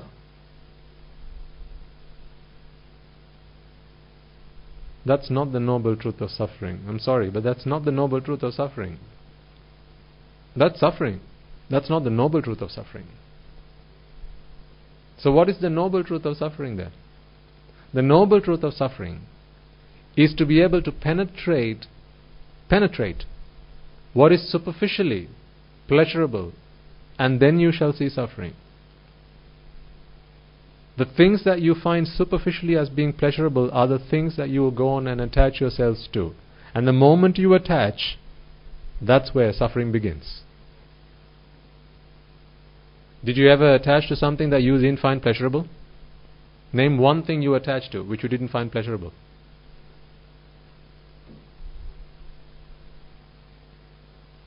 Can you give me one example? One thing you attached which you didn't find pleasurable. No, the only reason you attached was because you found it pleasurable. So what happened after you attached? Now came worry. The other day someone came around and he introduced his family. There was about 4 or 5 of them. He said, Swaminatha, I live a very happy life. This is my family, this is my kids, this is my wife, and we lead a very happy life. Or are you going on about suffering? I said, sir, why did you have your children? To be happy. So this daughter of yours, when she leaves home, how do you feel about that? Well, I'm concerned as a father, but that's what all good fathers do. They're concerned. What are you concerned about? Well, that she may get into an accident, or someone might kidnap her, or that something wrong could happen. Well, are you not worried all the time then? I am. So why are you worrying? Because it's my daughter. Exactly. Because it's your daughter. The day she became your daughter was the day you started to experience this worry, this suffering. And then towards that goal, towards that aim of protecting your daughter, now you have to do a million and a myriad of things. You have to work hard. You have to protect her. You got to look after her, you got to take care of her, keep her away from the bad crowd. Look after her like the apple of your eye. Do you not have to? I asked, and he said, yes, I have to, Swaminatha. Is that fun? Worrying about your child, is that fun? Having to go and pick her up from her classes because you're worried about who she might run away with? Is that fun? Do you do it out of fun? As you walk with your daughter, and then you hear a whistle from a guy on the road going, oh, look at her. How does that make you feel? Does that make you feel proud that you've got a daughter which every man on the street is wanting to have for themselves? Does that make you feel happy? Or does that just simply keep adding worry into your heart? So, how did you get yourself into that position? It's because I thought having a daughter, having a child was pleasurable. That was where fun was. Exactly. That is what you should penetrate. What looks superficially pleasurable, penetrate, and then you will see suffering. Because none of you attach to anything which you didn't find pleasurable. Now that requires noble sight to explain, to be able to see that. The noble truth of suffering. Because otherwise, every worldly being out there only talks about the suffering that comes when you don't have what you want. I want it, I don't have it, therefore it's suffering. I want my child to be happy and she's not, he's not, and therefore it makes me feel very sad. I want to get married and I can't find a wife. I can't find someone to get married to. That is where the problem is. This is what worldly beings see. I'm hungry and I can't find food. That's what makes me sad. That is what suffering is. I want to get my child into a good school and there aren't any vacancies. That's where people see suffering is. I want to get my visa and they keep on rejecting me. That's where people see suffering is. I want to get a good job, but I can't find any vacancies and they won't accept my qualifications. That's where people see suffering is. I've had a long day at work. That's where people see suffering is. I want to do this and I can't do it. I want to do that and I can't do that. I want to do the other thing and I can't do it. I want this, I can't have it. That's where people see suffering is. But that suffering every living being can experience. The problem is wanting. When someone asks, if I were to ask you the question, right? You want to watch TV, but you can't. Depending on whether you have right view or wrong view, you're going to come up with a different answer to where the problem is. I want to watch TV, but I can't. Why? Because I've gone blind, or I've got poor eyesight, right? Or the TV is not working, or there's a power cut. Depending on if you have right view or not, you're going to come with a different answer. I want to watch TV and I can't. Where's the problem? I want. But where does every man and his dog say the problem is? Can't see TV. Get on the roof, fix it. It's burnt out, get a new one. The pixels are dead, go get a new one, get it fixed. This is where people see the problem is, right? That's the wrong place to be looking at the problem, because that problem you continue to have to fix, and it's never going to be the end. All your lifetime you can continue fixing that problem, and it will never be fixed once and for all. It's a constant rat race. But what if you fix the problem of wanting? Now that only needs to be done once. If you don't want it, then whether it's there or not makes no difference. But the things you want are the things that you find pleasurable. Right? So I knew a couple who wanted to have children. And they went through all sorts of procedures like IVF and all sorts of treatments to have children. And despite all the efforts, they ultimately couldn't have a child. So they came to the monastery to get a blessing. In any monk in his sane mind, I don't see how they can bless a couple to have a child. Because what have they come to the monastery asking for? We don't stock suffering, sorry. We've run out. So sat them down and explained to them, what are you asking for? Seriously, what are you asking for? Well, we've been trying for a child, Swami Nans, and we can't have a child. That is the problem. Hopefully you realize. No, I don't see that. The problem is you want a child. That's where the problem is. How about we talk about that? The fact that you want a child. Let's talk about that. Because if we fix that problem, then the other problem goes away. But did this couple not spend many millions, many hours, many days, and worrying, struggling, going to doctors, going to appointments, and going through various tests, and and undergoing lots of different procedures of trying to fix the wrong problem, wanting but not having? That's where you got to see the noble truth of suffering. The wanting, not the not having. 2 words I said last week, do you remember? Don't and want. Depending on which way around you have this, you're either fixing the right problem or you're fixing the wrong problem. Want, but don't. Now you're fixing the wrong problem. The wrong problem being not having what you want. Switch the words around. Don't want. Now, no problem to fix. Now there's no problem to fix.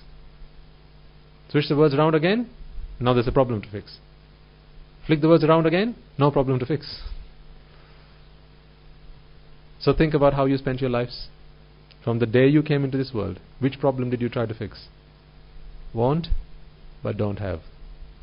What? A good education, a good job, a good house, a good wife. Right? Isn't this all the problems you tried to fix? Are you content now? No, because there's no way you can be content. The day I decided that's the wrong problem to be fixing, I gave up all the things that I had built and acquired and accumulated by that point, because I realized all that was the product of trying to fix the wrong problem. Yes, I went and earned a lot of money. Yes, I went and got good jobs. I studied hard, degrees, all these things, because I was fixing the wrong problem. But when the day came, I realized I'm fixing the wrong problem. None of those things that I had accumulated by that point made any sense to me, because ultimately, once you gather all these things trying to fix the wrong problem, you have to look after them. Remember last week I reminded you, the things that you own are the things that own you. Because your life you spend, they're all the shareholders of your life, right? Your TV owns part of your life. I don't mean watching TV. I mean taking care of the damn thing. Looking after it, dusting it, cleaning it, fixing it, right? Insurance. People have contents insurance, right? Part of that goes towards looking after your TV. What about your pet? Pet dog, pet fish, pet cat, right? Wife, pet wife.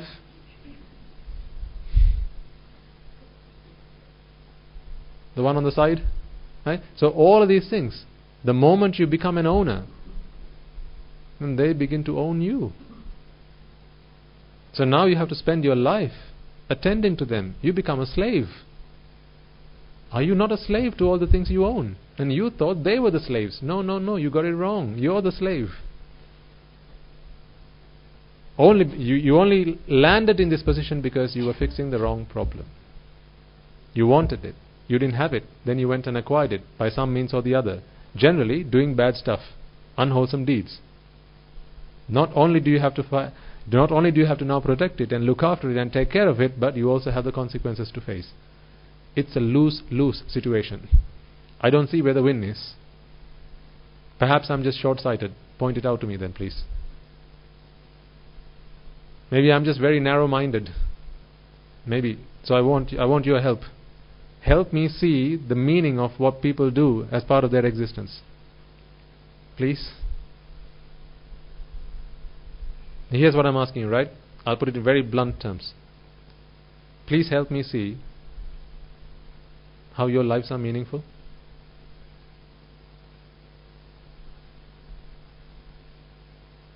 That's below the belt, Swami, no answer.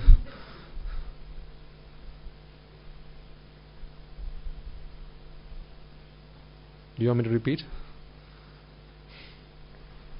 You're probably going to swirl something at me. I'm going to cover myself up, just in case.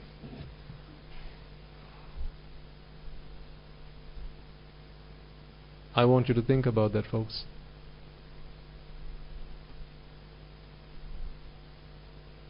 I want your help to see meaning in the way you live your lives. How can you say your life is meaningful when you're fixing the wrong problem?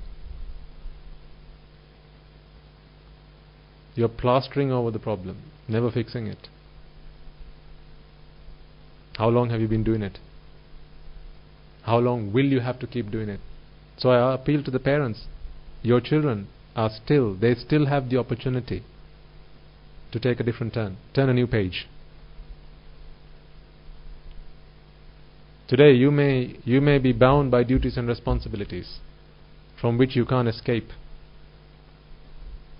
The noose is already around your neck, so you can't escape because the consequences will be too grievous. But your children are not there yet. They still have a chance.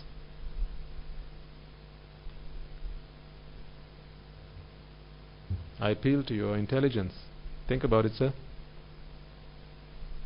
Think about it, madam.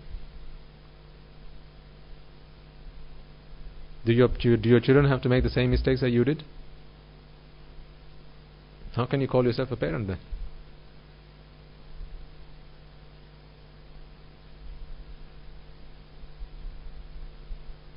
Your entire life you spent fixing the wrong problem, didn't you, madam?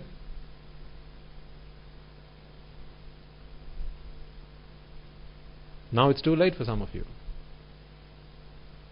Either too late down the line or too old to make a change. If you change now, the entire system is going to be corrupted. There's going to be an earthquake if you change now.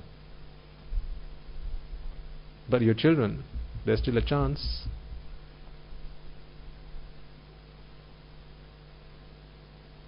Are you waiting until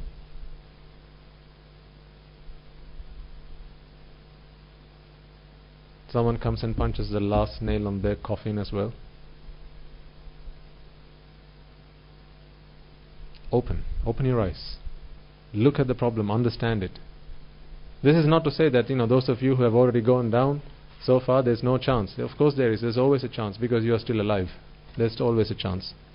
Because you can still listen to me, because you can understand what I'm saying, there's still a chance. There's always a chance. Until you go deaf, until you go blind, there's a chance. Until you can come here, there's a chance. And that chance is to open your mind, be open-minded and realize the truth. Why do you still try and fix the wrong problem? It's desiring that is the problem.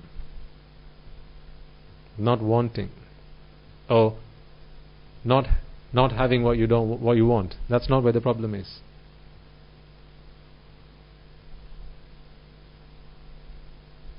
Desiring is the problem. Attachment is the problem. And the reason you attach is because you see the world as being pleasurable. So whenever you see pleasure, when you experience pleasure, you want whatever is pleasurable to be with you, not out there. It has to be with you. So for as long as you spot pleasure in worldly objects, in worldly existence, in people, in beings, whatever, you'll want them to be with you. You'll want them to be in your possession. And then towards that you'll be doing abhisankara. Kaya abhisankara, vachi abhisankara, mano abhisankara. This is exertion. Exertion of your body, speech and mind to acquire the things that you desire. But ultimately the very things that you're acquiring are the things that are going to keep dragging you into suffering.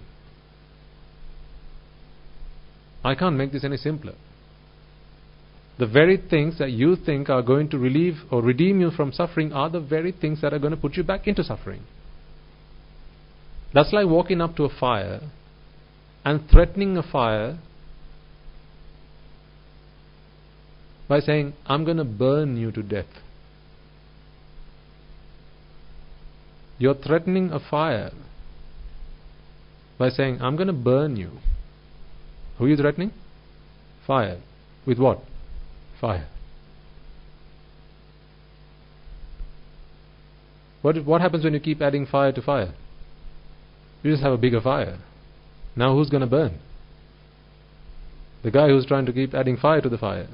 You can't fight fire with fire. Isn't this what people do in their lives though? To relieve themselves from one problem, they jump into another problem, which is generally a bigger problem than the one they were in. Right? So the couple who didn't have children, then so there's another couple. They didn't have children for some time, and they went through a lot of procedures, and then ultimately they had a child. Now, is that the end of all problems? No, that's where it all began. Now who's got to look after that child? Take care of it, feed it, protect it. What if they fix the right problem? That's why I say people use Buddhism, which is such a shame. People use Buddhism for the wrong purpose. They either use the temple, they use the monks, they use Buddhism either as a devalaya, or they use it as a broken or a repair shop for broken items. How so? When you bought your new car, where did you go? First you went to the devalaya. Why? To get a panura, right? And then you tie it to your car, either to the indicator or to your steering wheel, right? Because you want a blessing. You know something's going to happen, so you just want a blessing. You want hope. Hope keeps you going on, right? Keeps the fire burning. Hope. You're hopeful now that the gods will and the deities will look after you and nothing's going to happen to you. People come to the temple asking for the same thing. Swami knows, I just got married. Can you please wish and bless us?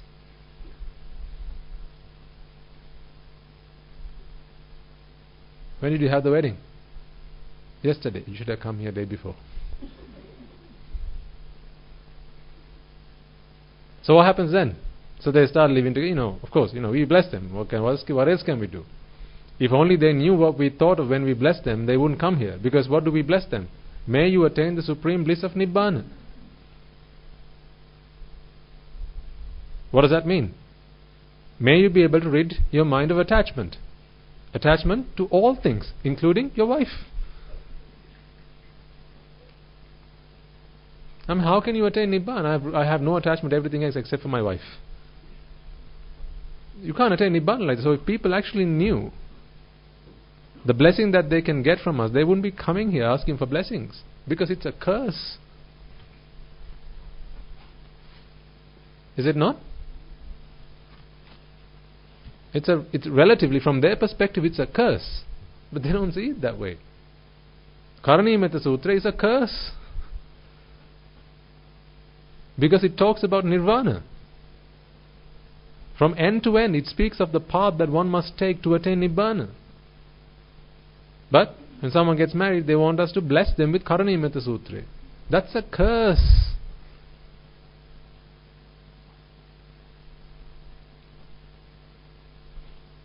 So eventually, right, the wife runs away or the man runs away, and then the lasting couple comes back to the temple and says, Swami, no answer. Look what happened.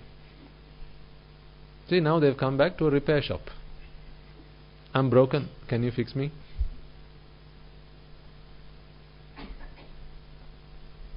So now we're going to change the board outside. All types of repairs undertaken.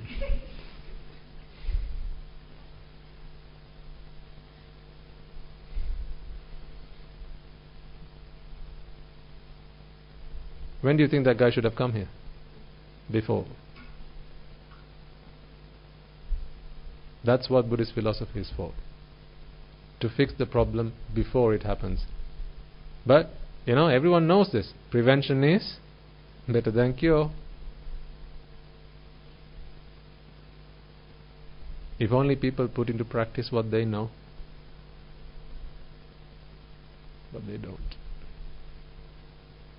Prevention is better than cure. Every single time it is so true. Even in life, prevention is better than cure. So the reason you must come here is to prevent falling into the trap.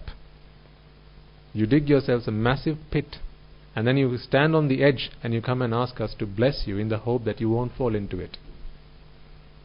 Eventually you fall into it. Then you come and say, Swaminatha, please can you pull me out of this?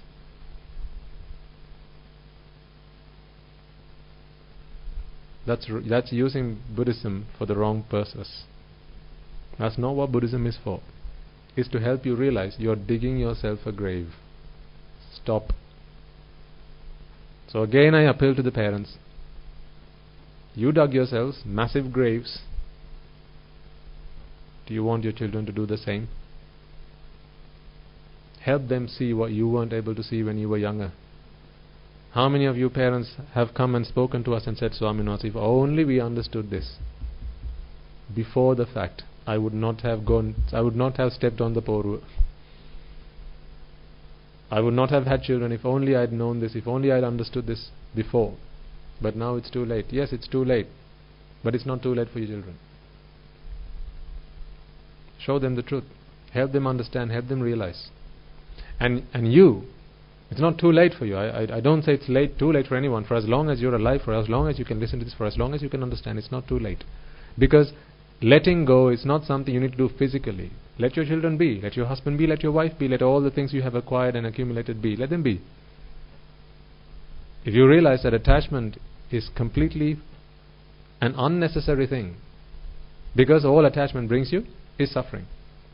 Remember, you don't need attachment to see, smell, taste, touch. None of these things require attachment, because all of that is vipaka. When the eye comes into contact with a sight or a rupa, you can see. That's a vipaka. It's not a karma. You don't need ignorance and attachment to help you achieve that. That's all vipaka. How do we know this? What's the best evidence that you don't need ignorance and attachment to be able to see? An arahant. An arahant has no ignorance, has no attachment. But yet, an arahant can see pretty well. No problem there. As a result of vipaka, these are results of karmas that were done previously. So to see, you don't need karma. You don't need to do karma to see. It's a vipaka. You don't need a karma to hear, or to smell, or to taste, or to feel, or to think. You don't need ignorance and attachment. You don't need to do karma for that. These are all vipaka. But being ignorant of this fact, what people do, or what beings do, is they set in motion the process for suffering. That is paticcasamuppada, or dependent origination, avidya, paccaya, sankhara, and so forth. In other words, to put it in really simple terms, ignorance and attachment come into the picture. Again, in really simple terms, there's only one process in this world that can bring you suffering. There's only one process. There aren't two ways that one can experience suffering. There's only one way, and that is the dependent origination process. Paticcasamuppada. It can only bring suffering, and that is the only way one can suffer. There's not a multitude of ways. There's only one way. But you don't need that to see or to hear or to smell or to taste, right? So in other words, you don't need that to survive. You can live without ignorance and attachment. You can live. So the only things that ignorance and attachment bring is suffering. Remove suffering and live. Here's what I'm proposing to you. Live. Just don't suffer. Is that a bad idea?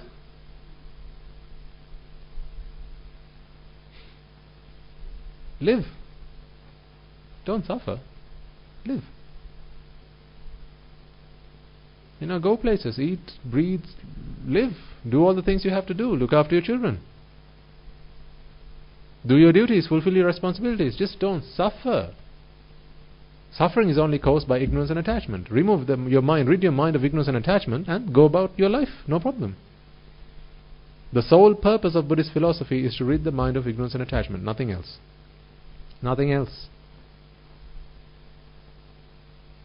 There's no other philosophy that teaches you to do that. No other philosophy.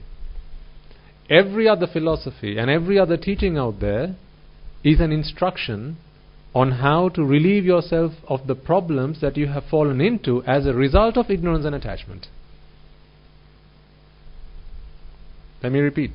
Every other philosophy out there and every other teaching out there, every science there is, every ology there is that's out there, right? Biology, chemistry, physiology, all those ologies.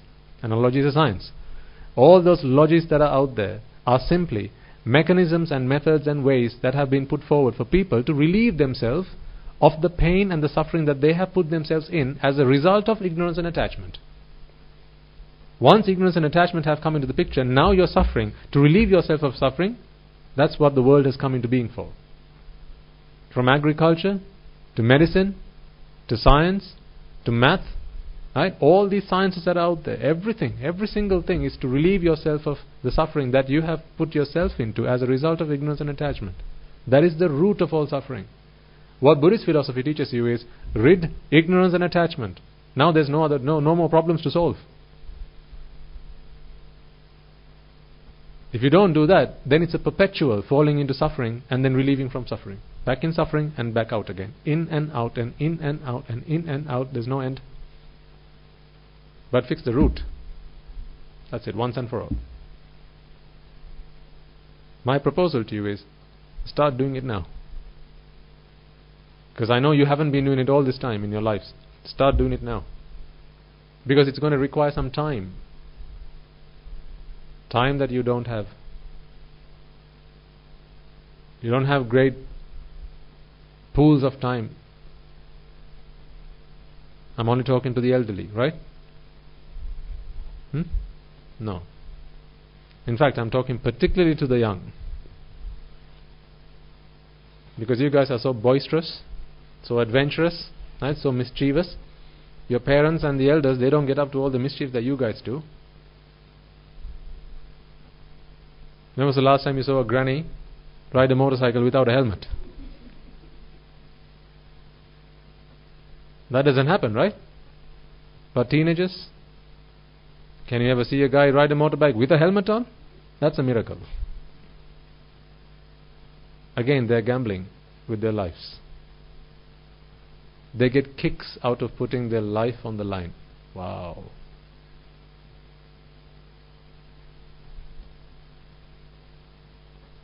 Adrenaline rush, right? They do it for that, right? For an adrenaline rush.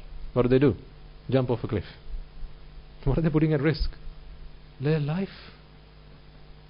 Jump off a plane.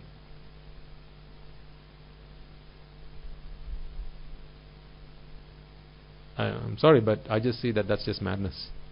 From where I'm sitting now, that is madness. I used to think adventure. Everyone must have a little bit of adventure in their lives to spice things up a little bit. But no, you're going to have an adventure pretty soon. That's going to be pretty adventurous.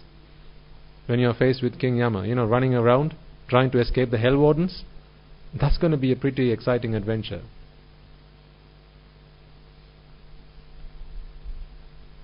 They should do tours of the hells. These tour operators for adventure. One guy recently was talking about bungee jumping, and he said how fun it is. And I asked him, hang on a second, right? So how do you bungee jump? I asked this guy. He said, so you get onto this bridge, and then you jump, right? And then he begins to fear that his life may end as a result of this. He feels the fear of death coming into him. And then, so where's the fun bit? He said, so it recoils. And then it returns, right, about the same level as the bridge. And that's when I feel good, he says. Well, I said, you were on the bridge 2 minutes ago.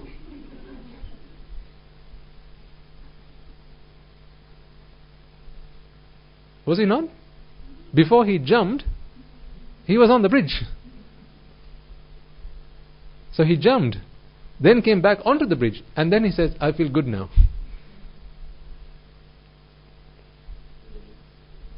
Absolutely, madam.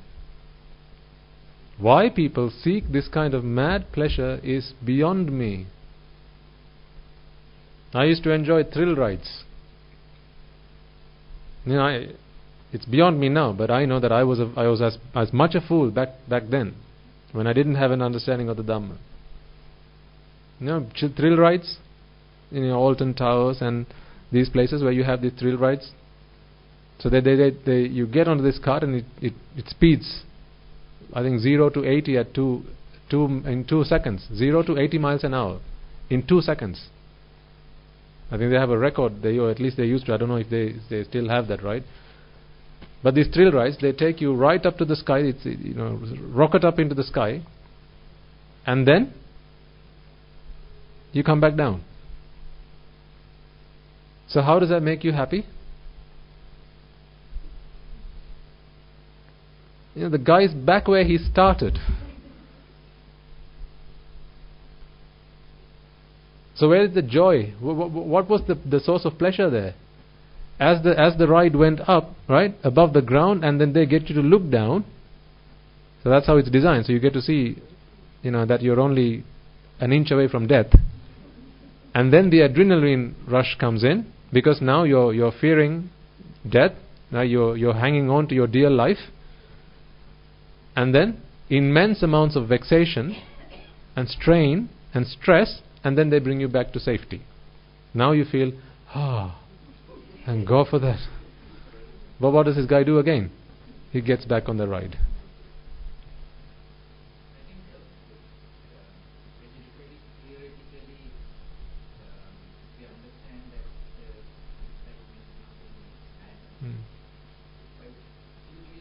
Yeah.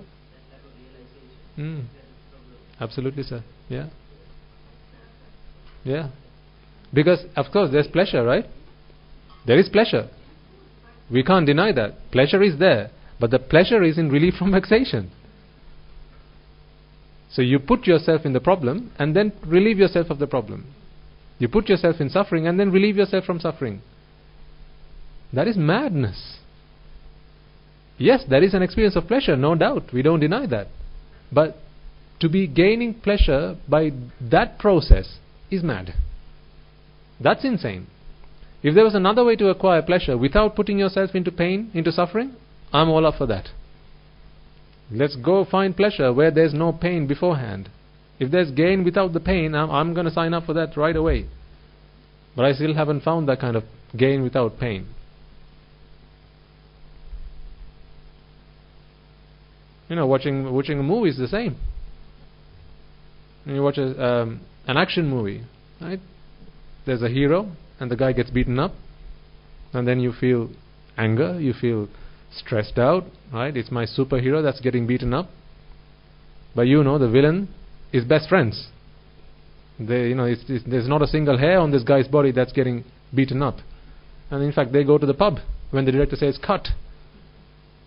But you and I, as spectators, we watch this, we put ourselves into this pain, and then at the end of the movie, so after the climax, right, the good guy is safe again. The child that got kidnapped is returned. The money that got taken away from this man is returned. Right? The wife is returned. Right? So this man is back living a happy life ever after. So he's okay. Nothing changed in his life. He was just acting. But what about us? What did we do to ourselves? We put ourselves in torture and then relieved ourselves of the torture. That is when we say that was a great movie. So really what we did was we went up to the box office and the cinema and said, here's some hard-earned cash. Right? Would you please torture me and then relieve me from that pain?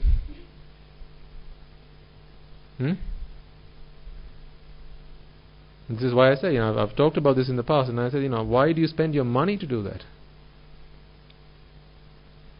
Get yourself a nice big stick, hit yourself, and then pat yourself. It's the same thing. You don't have to spend money for that. But as you say, sir, people don't realize this. People don't realize that the source of pleasure is simply relief from pain. There's no other source of pleasure. This is why pleasure is completely a fabrication of the mind. And to be seeking that sort of pleasure is simply madness. It's insane. It's only a lunatic would be going after such pleasures. Do you know how I feel about you right now? I didn't say that out loud. You said it. This is why I say, you've got to open your eyes and wake up to the truth, folks. And the only reason that you've been doing all these things is because of your association with immoral, ignoble people. Forget immoral, ignoble people. Immoral people ask you to do bad things. Ignoble people ask you to do foolish things.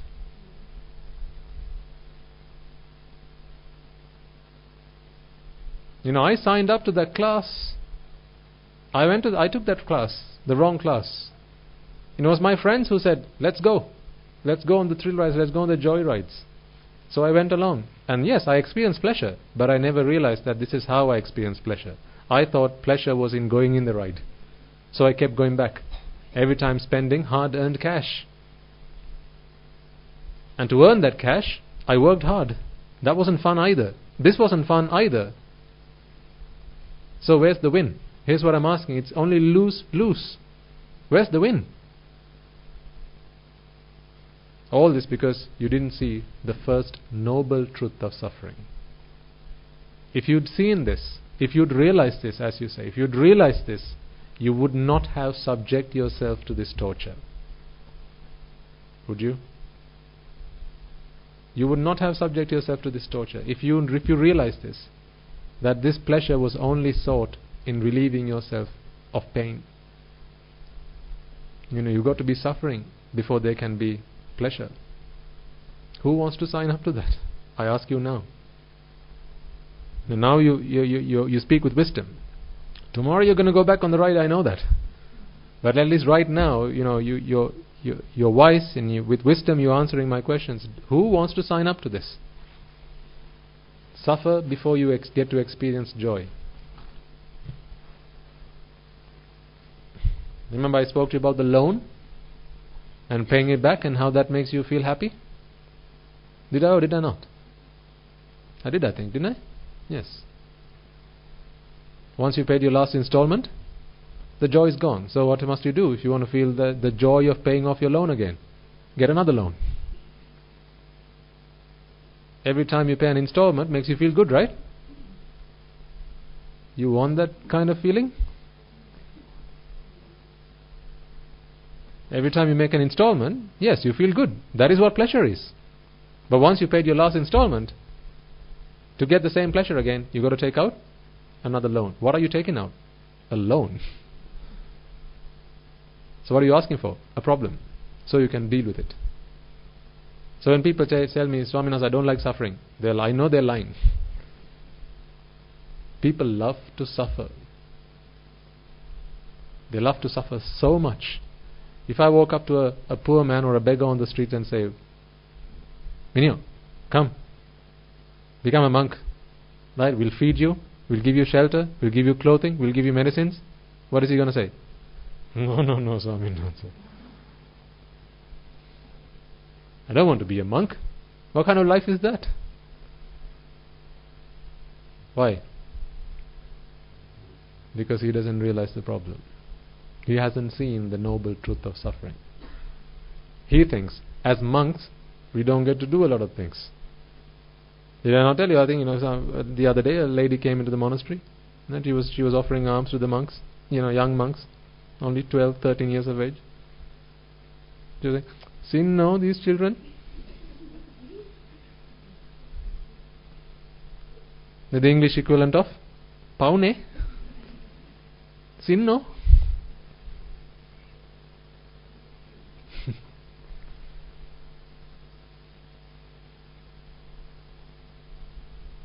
What she doesn't know is the Swamin, that young Swamin once is saying back to her, sin, no?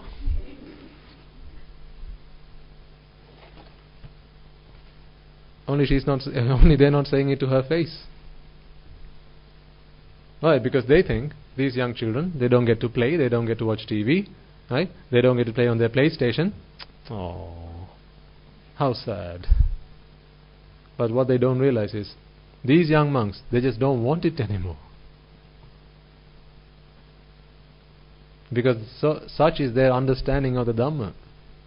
They have fixed the right problem. Whereas the person who came to the monastery, she sees these young monks and says, I have a problem, you must have it too. Only I can relieve myself of the problem and you can't. Oh. That's why some young people, who come into the monastery and we say, why don't you become an anagarika? And fulfill the path. Take up this practice so you can achieve your salvation. And they say, Swaminathan, but what if I want to be with a woman? You guys don't get to do that, no? Why? What is the problem that they see?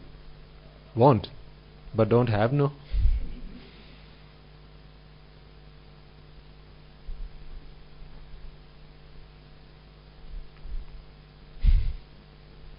Seeing the wrong problem. Sad, so sad. So sad.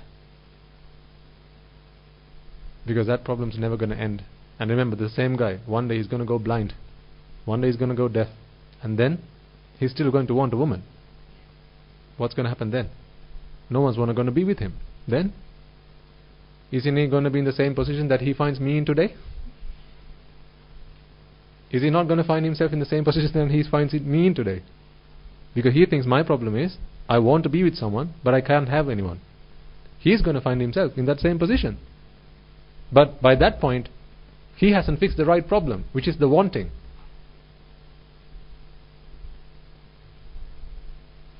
The people say, Swamina, you don't have TV here. No, I want to watch TV. I want to watch the match. I want to watch the game. I want to watch the football. I want to watch the cricket. I want to watch the tennis. I can't do that. You guys can't do that. What a sad way to live your life. But this guy doesn't realize that one day he's going to go blind. And then he's going to find himself in the same position that he thinks I'm in today. But long gone are the days when I wanted to watch the match. I can't even remember the day I wanted to watch a match. Long gone are those days. Today I don't care what you put into my alms bowl. I simply don't care. Because my problem is, today I still have to eat. Not what I have to eat. That's not my problem today. My problem today is the fact that I have to eat. Mundane, worldly beings, to them the problem is, what do we have to eat today? Is it the same as yesterday? I don't like that. Can we have something new? Can we have something different? Why do people look for a change in their lives? And let's go on a trip for a change. Let's go for a weekend break for a change. Why? Fed up of what you have now, so you want to change. Thank God for the marriage certificate. Otherwise the things that you will want to change.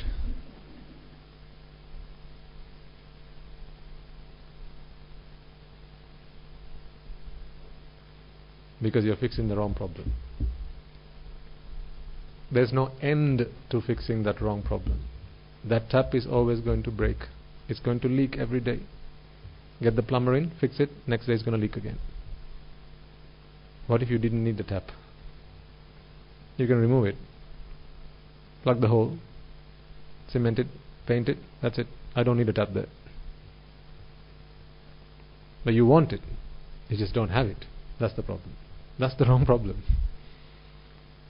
And the reason you want it is because you find them as being pleasurable. That's why you want something. There's not a single thing in this world that you wanted because you didn't find it pleasurable. Every time you wanted something, it's because you thought it was pleasurable, that it was joyful, and it was essential. The day you realize that it's no longer joyful, no longer pleasurable, no longer essential, you will not want it from that day on. Have you never been in relationships and then broke up later on? When you were in the relationship, you always wanted their presence. Why? Pleasurable, joyful, essential. Then one day came, you gave them the boot, and then after that, no, I don't want that person. No longer do you find them pleasurable, joyful, and essential. But when you gave one up, you took up another one. Why? Still want. Last time, didn't have. This time, have. This is how one man's trash becomes another man's treasure.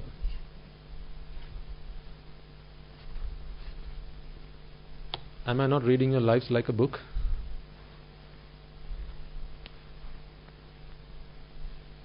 Does that not make you feel sad? I'm reading your lives like a book because I'm reading my life like a book. But I threw away that book. I turned a new chapter. The day I decided I was fixing the wrong problem. No longer am I wanting to fix the wrong problem. Let's fix the right problem now. Desire is the problem. Attachment is the problem. Wanting is the problem. Needing and yearning is the problem. This is why the Buddha says, Tanhaya jayati soko. It's attachment that always brings you grief. It's attachment that always brings you sorrow. Fix attachment. There's no longer room for any grief or sorrow. I ask you parents, do you teach your children this? Or are you still showing them the wrong problem? Are you pointing them the wrong direction, knowing now that you walked all your life the wrong path?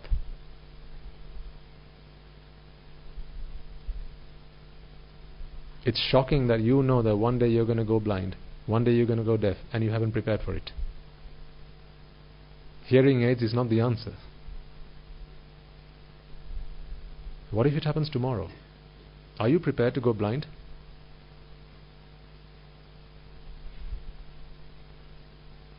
Are you though? You prepared to go blind?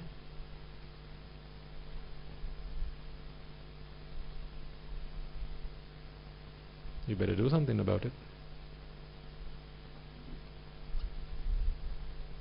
Madam, you better do something about it. She's not prepared yet. What if it happens tomorrow?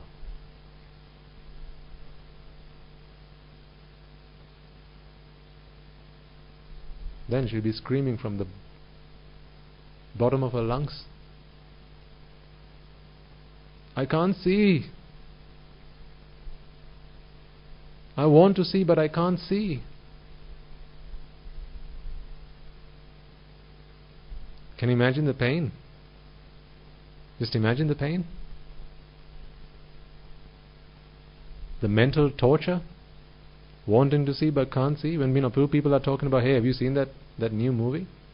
What new movie? I can't see. I just remembered. So there'll be people talking about the beauty of the world, but you can't see. You've gone blind.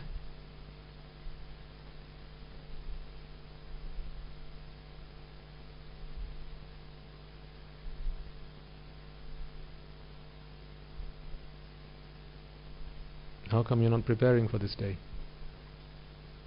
Because even when that day comes, if you haven't realized by then that is the wrong problem you're trying to fix, you'll now try to go to the opticians, you'll try to go to the ophthalmists, and you'll run around the house, you'll run around the blocks trying to fix the wrong problem yet again.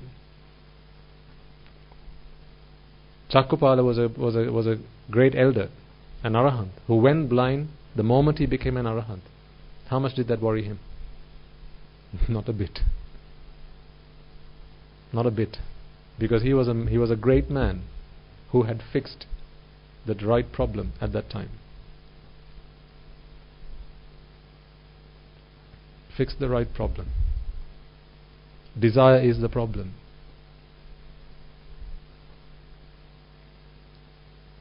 Now, of course, what I'm not saying, what I'm asking you to do is not drop every duty and responsibility and now everyone come to the monastery and let's practice this, because it's not feasible. There's no point in me saying that.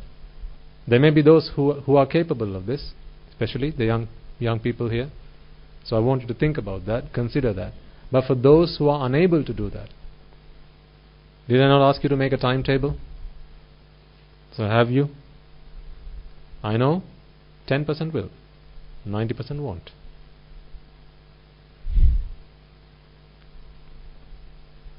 That's a sad fact. I ask parents here to sit down with your children once a week, at least once a fortnight, and talk to them. How did you spend your week, Dua? How did you spend your week, Puta? What were some of the problems you faced throughout the week? Did you have to fight with Raga, Dvesha, Moha? How did you manage to? Did you have bad influences from your friends at school? How did you manage to face them? I ask parents to get your children to start worshipping them. Force it if you must. So what? You force them to go to tuition class. You force them to go to school. You force them to take up sport. You take up music. To take up piano lessons. You force them to do that. What's so bad about forcing them to worship you? Treat your parents like you would treat an arahant. See, I've been giving you advice. I just don't know how much of it you've been taking on. Have I just been talking to deaf ears? I don't know. I hope you have started to make some changes in your lives. And if you haven't, I hope you're feeling guilty. I really hope you're feeling guilty. Because if you're not feeling guilty, then your mentality is, let him say whatever he wants. Look, if I care. You will care. Little when it's too late.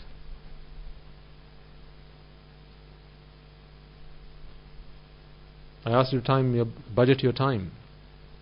So for the people who came to the meditation program last week, we shared with them some valuable advice. I think I shared this with you earlier on. I can't remember, so I'll remind you again.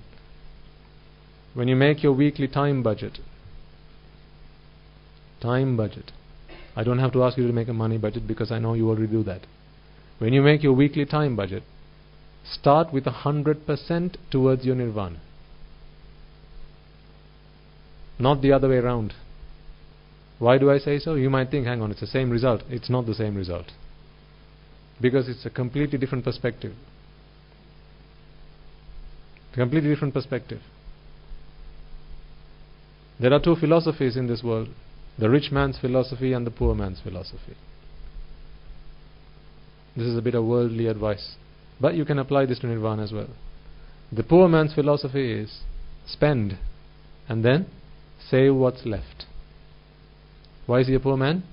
It's because of that philosophy. Spend, save what's left. But the rich man does it the other way around.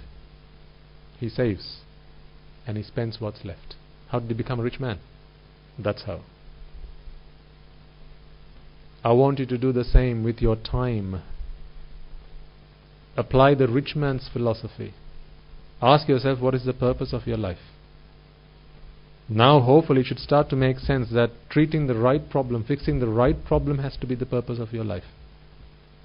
We have a motto, right, at Dharamayai Obai?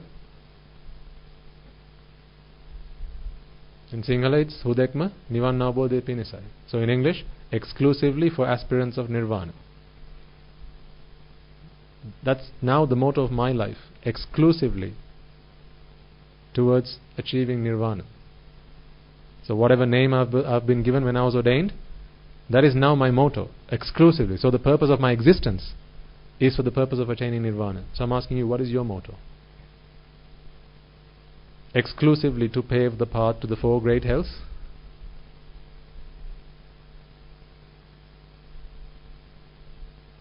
Exclusively to become a consultant surgeon? Exclusive to become the richest man alive? Because if that is your motto, then you get one for free. Exclusively to pave the path to the four great hells. They get that for free.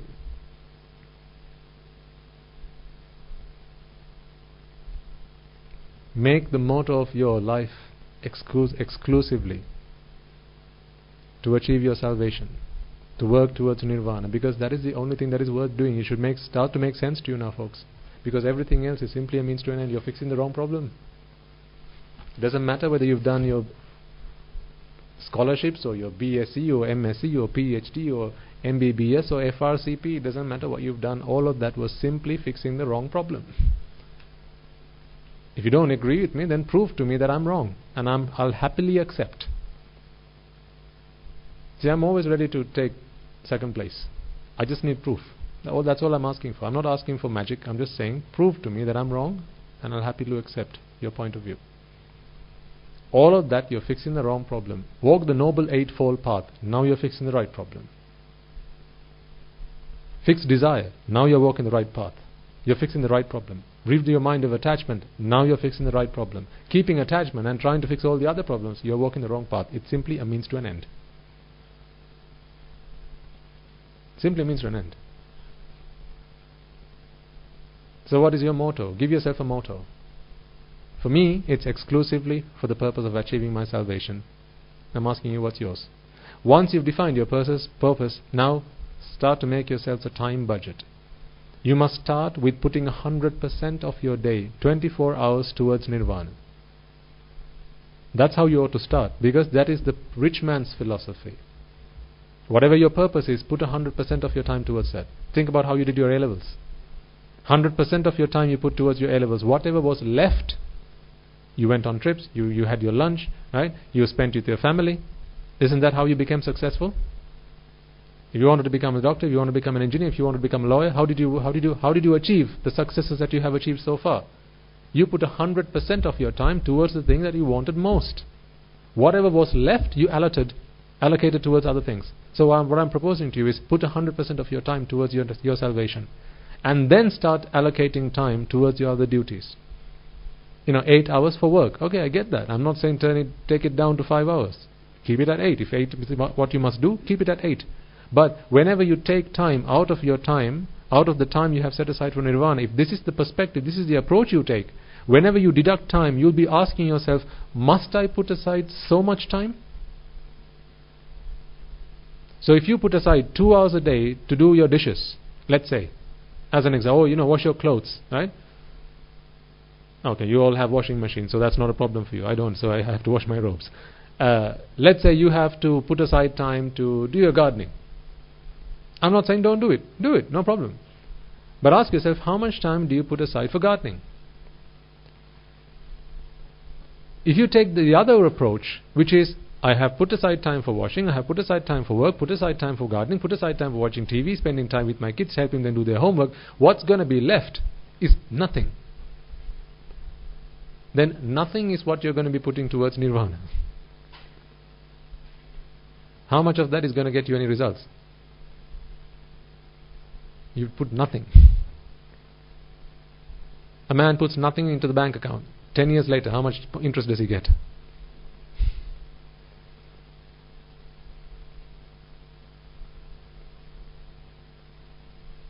So if you put 100% of your time towards your salvation, I'm not talking about my salvation, I'm talking about your salvation. Think about the time I'm spending right now. Whose salvation am I putting this time towards? Yours. What I'm saying is put time towards your salvation, not mine. Put it towards yours. This time I'm spending towards your salvation. Because, what I'm talking to you right now, could I not be meditating and reflect on the same thing?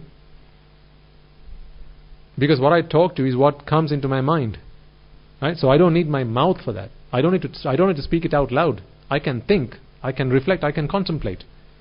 But that's of no help to you. I have to say it out loud. That's when you get to hear me say it. And that's when you get to understand and reflect on it. So the energy that I have to use to expend to explain this to you, this is all for your benefit. None of it is for mine. This is for your benefit. I'm exhausted at the end of the sermon.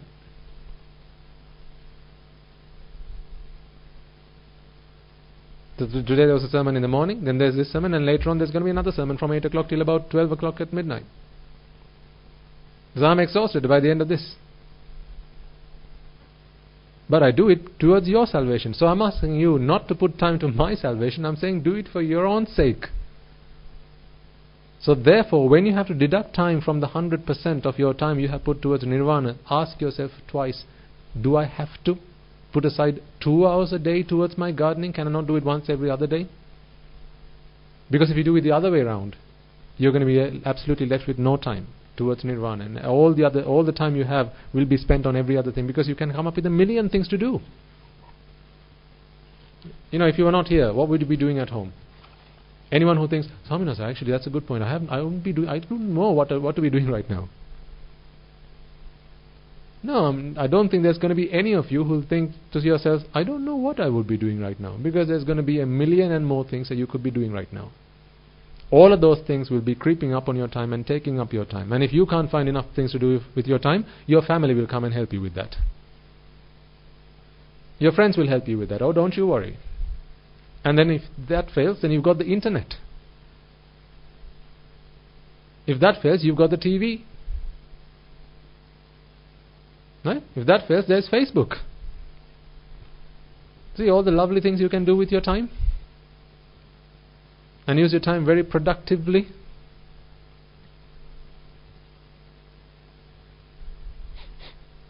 Can you smell sarcasm?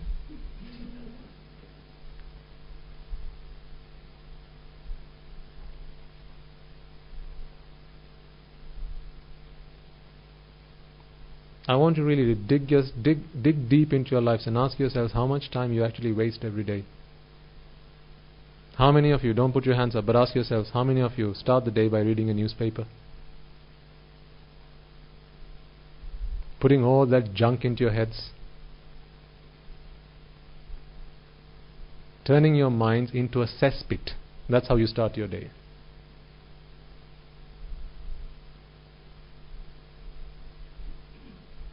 How many hours a day do you spend in front of the TV? Watching all that junk, watching all that rubbish. With every minute you spend, that's a minute you could have put towards nirvana, right? Every minute you spend is a minute that you have in the presence of a Buddha, in the presence of his teaching. After you've gone deaf and blind, then you can go and watch all the TV you like. Because why? After that, I can't help you. The Buddha's Dhamma can't help you after that. So after you've gone deaf, go and watch all the TV you like. But now there's a bigger thing you need to do. There's something more important you need to do. Look at all these things, all these activities in your day that's creeping into your time and stealing your time from you. If you have to speak to a friend on the phone, how much time do you spend with them on the phone? Make those conversations short, sharp and sweet. Don't drag on. Don't be a train when you get on the phone. Amma used to tell this to Appachi all the time. Kochya.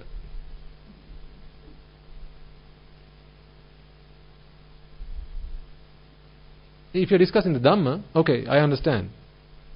As if, right? Keep those conversations short and sharp, to the point, because you have something bigger to do. Then I'm talking about practical stuff in your day-to-day lives. And I'm not talking about anicca dukkha anatta here. But I'm talking about practical stuff in your day-to-day lives, because this is where you're losing all the time. You're losing all the time, all the time. I used to have a bad habit, picking up the metro whenever I got on the train every morning. I broke that habit. It wasn't easy at first, but I broke it. That was a free newspaper you used to get when you get on the tube. Pick it up, free newspaper, so when something's free, what's the item that's being sold? You. Right? Why is Facebook free? You know the answer now. Who's being sold? You're being sold. So when the metro is free, why is that? You're being sold. I didn't realize that I was the product that was being sold. No one asked me for it. No one asked for my permission. I never signed a contract said it's okay to sell me, but I didn't realize that I was putting myself in that position. So I broke that habit. If you have these habits, break them, folks, because it's eating up your time without you even realizing it. Break it. You're not like geese who always fly south. How often do geese fly south? Every year. Can they decide to fly north? No, because they're geese. They just fly by instinct. But you're human beings. You can change. You can make a decision about your lives. You can decide if you want to put your next step and where you put it. You can decide. You can make these choices. Right now you can decide to change. But why do you keep putting it off? Are you going to keep putting it off until you can't put it off no more?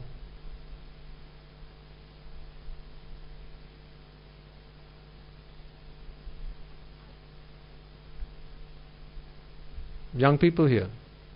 Now, how much time do you spend on Facebook?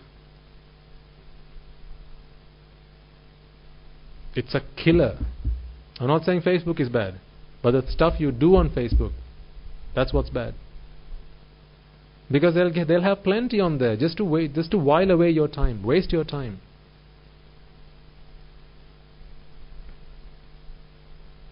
I repeat, I'm not saying that Facebook is bad. It can be used for all the right reasons. It can be used for a lot of good.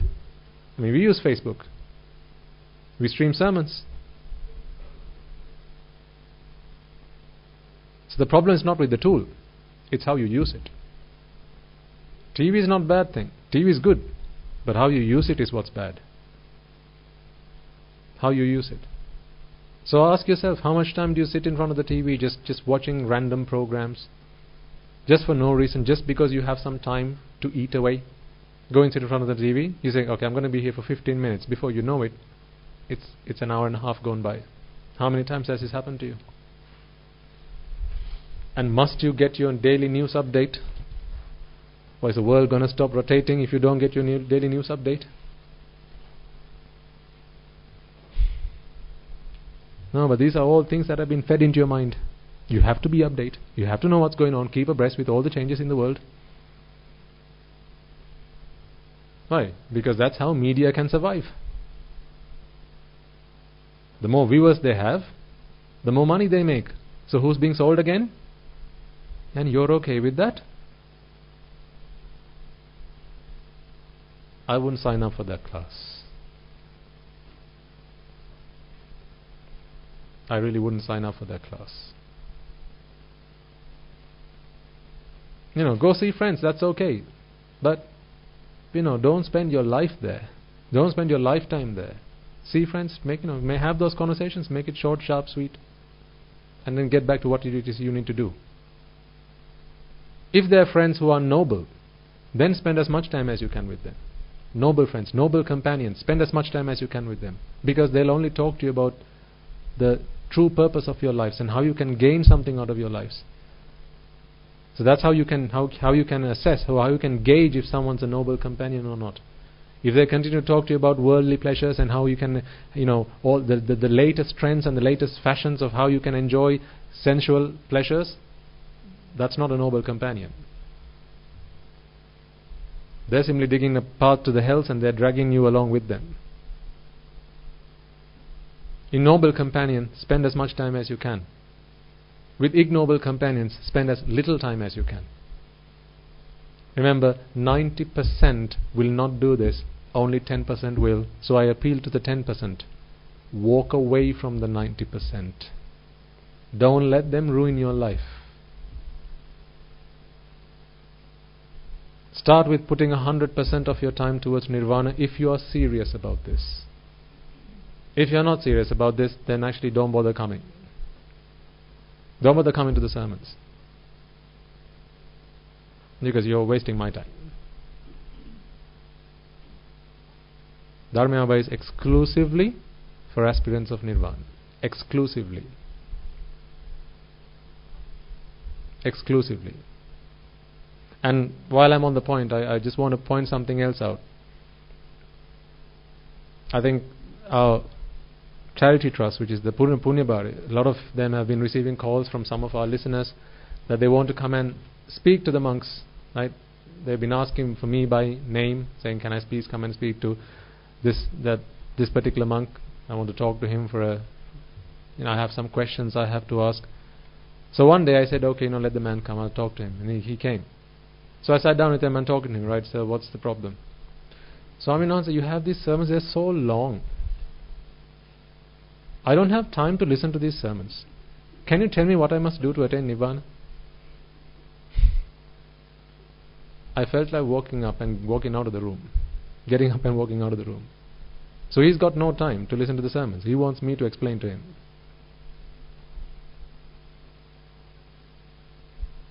So then I spoke to Mr. Harsh and I said, please, from today onwards, now this is my rule, please don't entertain anyone who wants to come and have individual chats and conversations with me. Because if you want the Dhamma, I have given the Dhamma. There are CDs, there are books, there's stuff on the internet, right?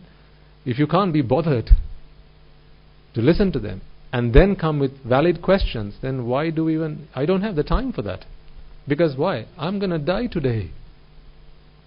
I'm going to die tonight. How much of that time must I give someone who can't be bothered to listen to the sermons? They're too long, apparently.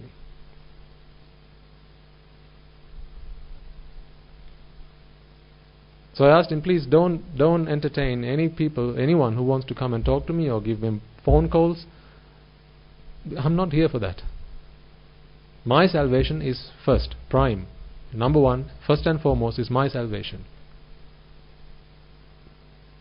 This time that I give to people is so that I can help someone else to achieve their salvation only if they're serious. If they're not serious, then I don't have time to mess about. Am I being unfair? Do you have time to mess about with? Do you? What makes people think that I have then? I gave up a lay life because I realized that the entirety of my time I must put towards this, because I know that if I don't, I won't be able to do what I have to do. I can't see how I can become an arahant if I don't put 100% of my time towards my salvation. I don't see how I can do that, because it's not easy, it's tough. Becoming a Sotapanna is not so tough, because that you have to do, through listening to the Dhamma. And by contemplating, it happens while you're listening to a sermon. But from that point forward, it's consistently, incessantly putting yourself to practice. Practice what you have understood. And for that, you need your time. You can't do that by doing 100 other things. That's why I came away from that life. So I don't want to be sitting in front of someone who can't be bothered to listen to the sermons. The thing is, once you're put in that situation, I can't get up and walk because that's rude. I don't want to be rude to anybody. So either yourselves or anyone who's listened to this, either today or later on, please consider that. Please give me the freedom of my time, and if you want to come and talk, then at least have the courtesy, at least have the decency to have listened to the sermons and come with valid questions, and not just come and talk to me for the sake of it, because I just don't have the time for that. Once I've become an arahant, you can have all the time you want. Until then, my time is very precious to me, and I want you to feel the same about my time. No, your time. I want you all to feel the same way. Madam, I want you to feel the same way about your time. And you, sir, I want you to feel the same way about your time. Because this is the one commodity we can't buy any more of. Once it's gone, it's gone. And once you have realized that the only thing that's left to do, that the only thing that's worth doing is practicing the Noble Eightfold Path, and all the other things were simply a means to an end, useless, waste of time. I'm no longer willing, and neither should you be willing, to waste your time, because now hopefully you understand how precious and how valuable time is. Because I haven't defeated time yet. To this day, time is victorious against me. To this day. And I don't like that. I don't like that. So look at all the places where you keep losing time, folks. Do this if you're serious about your salvation. I have time. I have set aside time in my weekly schedule to actually review my week. So I sit down and review my week and ask myself, right, that time, that day, I can't account for it. What happened there? Why did I waste my time there? When I could have closed that conversation in 15 minutes, why did I drag it on for half an hour? I ask myself. And I'm not forgiving on myself. I'm very unforgiving when it comes to me wasting my own time. Because I know, this is the most rare thing that I have, the most precious thing I have. I'm asking you, are you like that with your time? Do you always carry the sermons with you so that if you're stuck in traffic or waiting for an appointment you can listen to the sermons? There'll come a point where you can contemplate on the Dhamma that you have understood. But until such point, you'll have to listen to it. So, most people these days have a smartphone or some kind of device with them. I'm asking you, do you have the sermons loaded on it? So you can always have access to it when you need it. If you're stuck in traffic, what must you do? Turn on the which FM? But 90% of people will switch the FM on. What a waste of life. I'm going to stop saying what a waste of time. What a waste of life. As a layperson, I used to have this a Bluetooth speaker. So I was stuck in my bathroom. So whenever I had a shower, the sermon came on. I was listening to the sermons as I was having a shower because I didn't want to waste that time. To this day I still do it. When I go have a shower, I have got a speaker and that I'm listening to the sermons.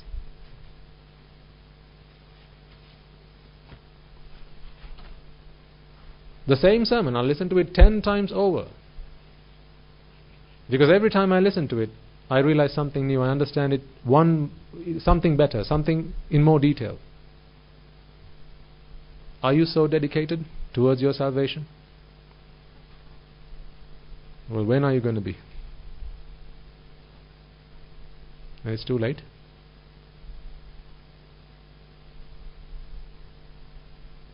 When you're cooking, switch on the sermon. Listen to a sermon.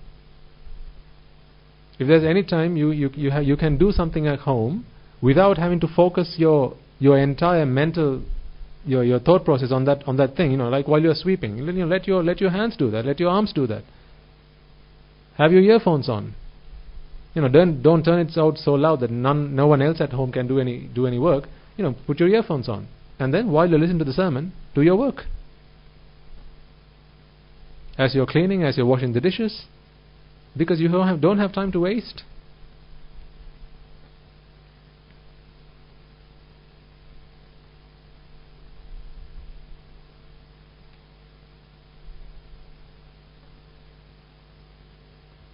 Don't take this lightly, because today is your last day alive. Tomorrow you will regret that you didn't do what I asked you to do. Today is your last day alive. Tomorrow you will regret. Then it will be too late. And remember, age is not a determiner of when you're going to die. Though you're going to die. And you too. And you too. You're all going to die. You're going to die. Are you prepared? You're not going to die in another 60 years' time. You're going to die tomorrow. Are you prepared?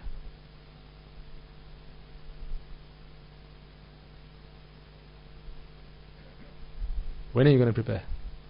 Tomorrow? No, you're going to be dead tomorrow.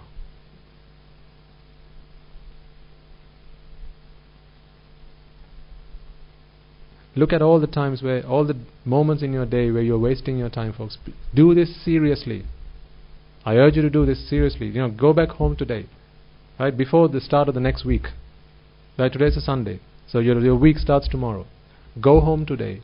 Get yourself a piece of paper. Everyone, get yourself a piece of paper and write down what you have to do throughout the day, throughout the week. Start with putting aside 100% towards your nirvana. Now start deducting time that you have to put towards your work, towards the duties and the chores that you have to do as part of a responsible father, responsible mother, responsible parent, right? Put aside time for all the things that you have to do and your day-to-day activities. Not the other way around. So far you've been doing it the other way around, and look at where it got you. Now you've got to switch the tactic. A new strategy is required, because we need to win this battle. Not tomorrow, because you won't be alive tomorrow. You've got to win this battle today. Change your tactic, change your strategy. You're human beings. You have the power of thought, you have intelligence, so you can change. You don't have to do something just because you've been doing it the same way for the last 10 years, last 15, last 20 years. You can change today. Tomorrow doesn't have to be the same as today. Tomorrow can be a different day. If you want to have more, be more. You can have everything you want, folks. You just have to become more. The change has to happen internally. If you become more, you can have everything you want. In both the material sense and in terms of their supra-mundane salvation. They don't teach this stuff at schools. What a pity. What a pity. They don't teach this stuff at school. At school they teach you how to make money, how to earn money, not how to save your money, not how to invest your money. They don't teach you that stuff. They don't teach you about the value of time at school. They don't teach you the value of life, the purpose of life. They don't teach you this stuff at school. Why? Because if they did, this world wouldn't last. Because the 10% would not be able to control the other 90%. That's why. The society is like a pyramid, right? The 5%, the 2, 3 or 1% at the top have an overwhelming power over the rest of them. But those guys right at the top, they do the things that I say. Not because they listen to the sermons. They've been doing it, habitually they've been doing it for a long time, because that's their mentality. They have learnt it from a very young time because they found good mentors. Do you have a mentor? Why not?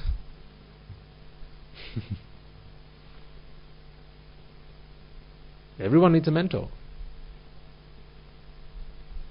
I have a mentor. Do you? A mentor who always keeps showing you the way, step by step. Here's the next step. Here's the next step. Here's the next step, and so on. Because then you don't make the same mistakes that they did. Everyone needs a mentor to be successful, either in a worldly sense or on your path to Nirvana. You need a teacher. Everyone needs a teacher. And children are lucky that they have their parents. But are they deserving to be called parents? I don't know. Only you know that. Are you a good mentor to your children? Are you a good teacher? Do you guide them in the right way? Or do you point them in the same direction that you came all this time, waiting simply for them to fall into the same trap that you did? So make sure you budget your time. Start today if you haven't done this yet. Go home, get yourself a sheet of paper and start writing down. Start small. Doesn't have to be big and grand things. Start small. Good health starts with an apple a day. So easy to do, right? An apple a day? So easy to do. Why don't people do it? It's easy not to do. That's why. How difficult is it then to get a sheet of A4 paper, grab a pen and start writing out a timetable for yourself? How difficult is it to do? If you don't have paper, collect it from the monastery before you go. We'll give it for free. We'll also give the pens for free. Just I can't write your timetable for you, because I don't have time in my timetable to write your timetables.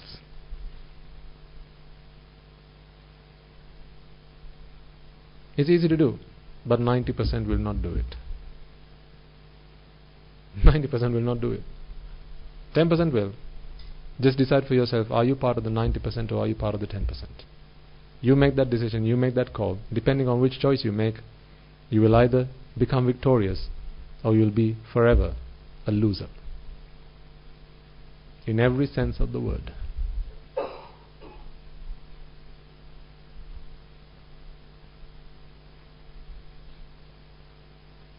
And stop wasting your time. If you take a list and start writing down, right? You get a sheet of paper and start writing down the the places where you waste your time. In traffic, waiting for an appointment, waiting for a call, in front of the TV, listen to the radio, browsing Facebook, browsing the internet with no purpose. Write them down. And then ask yourself, how much time do I do this every week, every day? How much time have I set aside for watching TV every day? How much time do I spend in front of my PlayStation every day?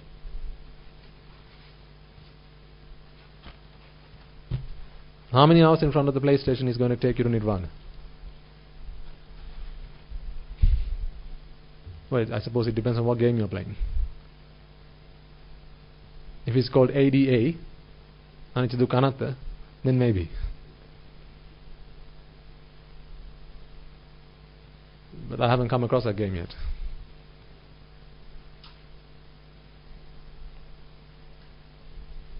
Your phone can be used for good and it can be used for a lot of evil. So parents, when you hand over, because I can't, it's not reasonable for me to say don't give your child a phone, because it's not like you're going to be doing it if I say not to anyway. You're still going to be doing it. So I'm only going to say something that you can actually do. Right? If you give your children a mobile device, a mobile phone, make sure you know how they use it. Teach them how to use it. It's not just about giving them the tool, it's about teaching them how to use it. Much like life. You've given them the tool of life, but if you don't teach them how to use the tool of life, they can cause themselves an awful lot of pain and suffering. So you've given them the tool of life, teach them how to use it. Give them a tool that is a phone and teach them how to use it. There are plenty of apps you can install these days, right? The Dhammapada, the Tripitaka, Lo Eda Sangarao, right? Give them a target. Some weeks ago I asked parents to give your children a target. Have you done it? If not, start now. One Dhammapada stanza a week. Why not? The Dhammapada has been translated to English. Word for word it's been translated to English. So get a copy of that. Get your children to study it. There are so many words of wisdom in there. There are jewels of wisdom. Make use of it. You'll be amazed at how much of a positive effect it will have on your life. You'll become a better person just by going through those stanzas and adding that value to your life, making those simple but yet very powerful transformations in your life. That's not just for children, by the way. Adults as well. Get a copy of the Dhammapada. If you struggle with Sinhala, then there's the English translations by the Venerable Narada and various other authors. Install it on the phone and give them a target, right? You can use the phone, but every week you have to give me one gatha. You have to memorize it, you have to study it, and give me one gatha at the end of every week. That's a whole week to study a 4-line stanza. One line a day. You still got 3 days left. Get them to read one of the discourses from the Tripitaka. One a month. Is that so tough? One a month.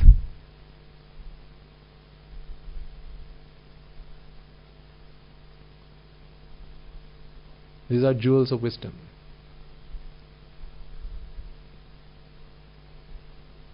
Parents back in those days, they used to do this with their children. That's why you have grown up to become good people.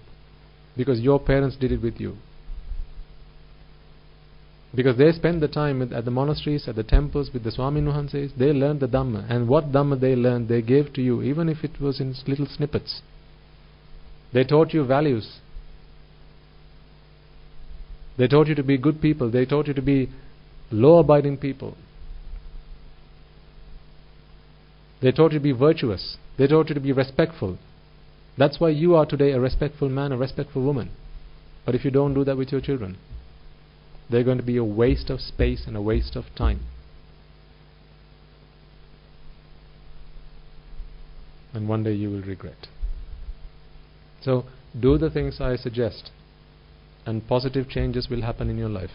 Don't do the things I suggest, and wait and see what will happen. The Dhamma is the only refuge that you and I have. I say this to you because I do it. I say this to you because I make all the monks at the monastery do this.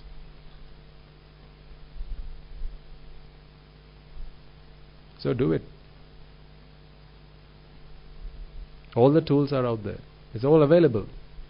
It's all there. It's all available for free. If you go online, you can get a copy of the Dhamma for free. PDF, whatever. You can get it for free. But the problem with free things is people don't see value in. When something's free, it's free. It's probably not valuable. That's why it's free. Why is it so difficult to get people to come and listen to these sermons? It's free. That's why. If we charge for them, then we wouldn't have enough space to fill the hall to give everyone a seat to sit. Because when something's free, then people don't see the value. A lot of children don't see the value of parents. Why? Because they got the mother and father for free. That's why.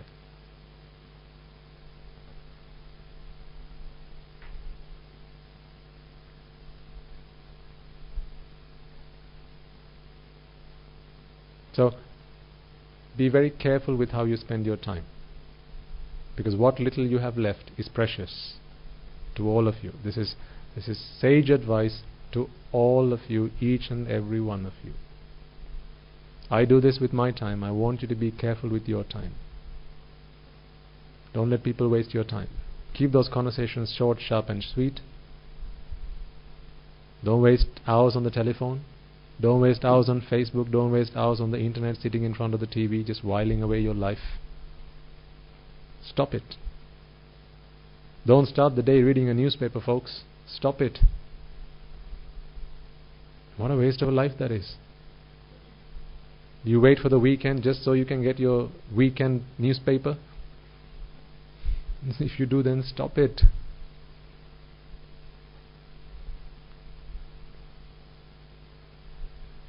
Weekends are the best times. You've had a long week gone by, right? A lot of time you had to put aside towards doing your duties and responsibilities to the world, and now you got a weekend. Now you're free. Now this is the best time, because this is completely your time.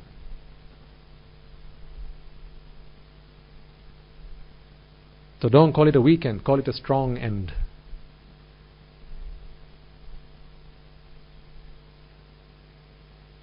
Be mindful about your time. So, just to remind you again, make sure you're fixing the right problem. The Four Noble Truths, each and every one of us must understand, must realize. And remember, it starts with the realization of what suffering is.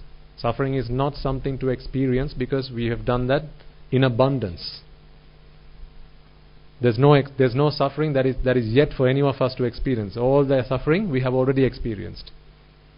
I have been in the avidya many kalpas at a time. And some people say they've come into the human world from the Brahma worlds. I know I've come here from the avidya. So I have no idea of going back there anytime soon. And hopefully never again. And to do that, you have to realize the noble truths. Not experience the pain, realize pain, realize suffering. And to realize suffering, you have to penetrate the superficial pleasures and see the suffering that lay beneath. Whatever that looks pleasurable on the outside is probably suffering on the inside. Most likely, it's suffering on the inside. Be someone who's capable of penetrating the superficial pleasures and spotting the problem, spotting the suffering that lay beneath. If you are capable of doing that, you have understood the first noble truth of suffering. You have realized the first noble truth of suffering. Whenever there is pleasure, you have to be able to penetrate the superficial pleasure and see the suffering that lay beneath. And whenever you see the real suffering that lay beneath the superficial pleasure, you will no longer want to attach to it, because you know that this is just poison. Pleasure is simply another word for a poison chalice. It's a poison chalice. The moment you bring it to your lips, you have just sowed the seeds of your suffering. And then you realize the second noble truth of suffering, and that is attachment. Attachment is the only cause of suffering. There are no two causes of suffering. There's only one. There's one and one alone. Attachment is the exclusive cause of suffering. There's no two, there's only one. Attachment. The only times you attach to things is when you find them pleasurable. Now you should understand, with all the examples we've been talking about throughout, not just today but throughout the weeks, that pleasure is only achieved when there's relief from vexation, relief from suffering. I don't know about you, but I'm not someone who wants to sign up for that kind of pleasure. That's just madness, that's just lunacy. So when you realize that, you will no longer be attached to the things that you previously used to think were sources of pleasure. When the attachment ceases, the suffering ceases. Now you will realize that. That's the third noble truth of suffering. And the path to cessation of suffering is the fourth noble truth of suffering, which is the Noble Eightfold Path. And again, I'll remind you something. I don't know if I mentioned this to you or the meditation program at the cohort that came along this week. The Noble Eightfold Path is not something that you have to practice deliberately. Once you have attained, once you have entered the path by becoming a Sotapanna with the right view, the rest of it fulfills by itself. So all the other points on the journey are milestones that the Buddha said you will experience as you go along. I'll talk about this in more length next week to explain to you how the Noble Eightfold Path, someone is able to progress as they walk the path of Dhamma. Once you become a Sotapanna, the Noble Eightfold Path will fulfill automatically. It happens naturally. So how that will happen, I'll explain to you in detail next week, because I need you to realize that, Samma Ditti, Samma Sankappa, Samma Vacha, you might think, that's a lot of stuff to do. No, there's nothing to do there. These are milestones on the way to Nirvana. These are things that will happen. Your transformation, these are signs of your transformation. Pure speech, pure actions, right? All of these things are transformations that will happen internally without you having to do anything. The only thing you need to do is become a Sotapanna by listening to the Dhamma, by reflecting and contemplating on Anicca Dukkha Anatta. Once you realize that Anicca Dukkha Anatta is the nature of the world, no one has to hold a gun to your head to say, reflect on Anicca Dukkha Anatta. Because that is how you see the world now. How else can you see is the question you're going to be asking. Do I have to hold a gun to your head to say, look at that flower and see it as being white and yellow? If I hold a gun to your head, you're going to be asking, Swaminatha, how else am I supposed to see that? It's yellow and it's white. How? I don't know any other way to look at it. You say, look at it red? Okay, maybe you have to force me to do it. But it's obvious. These flowers are white and yellow. Whether you force me or not, that is how I see it now.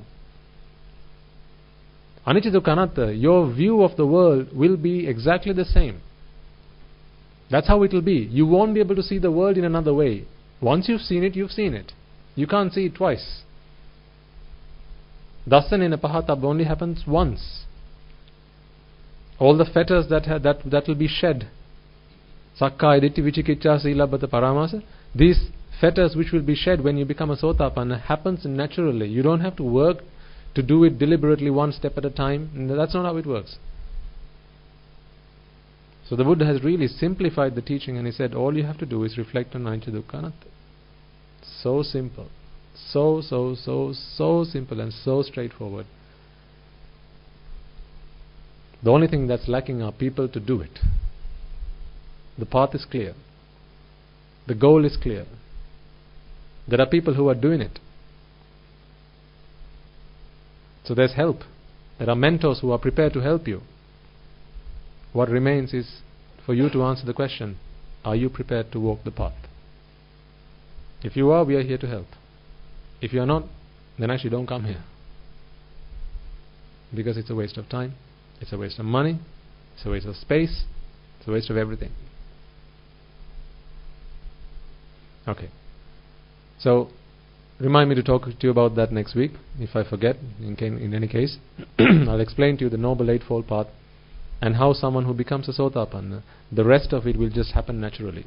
You don't have to force yourself to do it. It's a natural process. And how by following that path, you are able to achieve ultimate satisfaction, ultimate happiness. ultimate liberation and the supreme bliss of Nibbana. That is the only path. There isn't another, there isn't an alternative, there's not a side road. No, there's only one path. Ekayano ayam bhikkhave maggo. Satthanang visuddhya. There's only one path to purification. And that is the Noble Eightfold Path. Once you become a Sotapanna, the rest will happen automatically. I'll explain to you how that happens next week. Okay, so don't forget what you saw in the video today, right? And to the skeptics again, I tell you, what if that's real? What if? Right? What if it's real? If it's fake, okay, nothing lost. But what if it's real? Then you have everything to lose. If you agree with what the Buddha has said, if you believe in the Buddha and what is said in the scriptures, it's a word to word, a word for word depiction of what the Buddha has described in the sutras. So I don't want to take the risk. If you want to, you are very brave. But I'm a coward. So when the Buddha says you're going to die, I'm a coward, so I know I'm going to die. When the Buddha says if you do this, you're going to be going to the hells, I'm a coward, so I take his word for it. And when the Buddha says Nirvana is the only salvation, I'm a coward, so I accept that. Through intelligence, through analyzing what he says, that yes, there's no other way, there's no other path, this is the only path. Okay. English today, I think. Arya Maitri? English? Yes? Okay.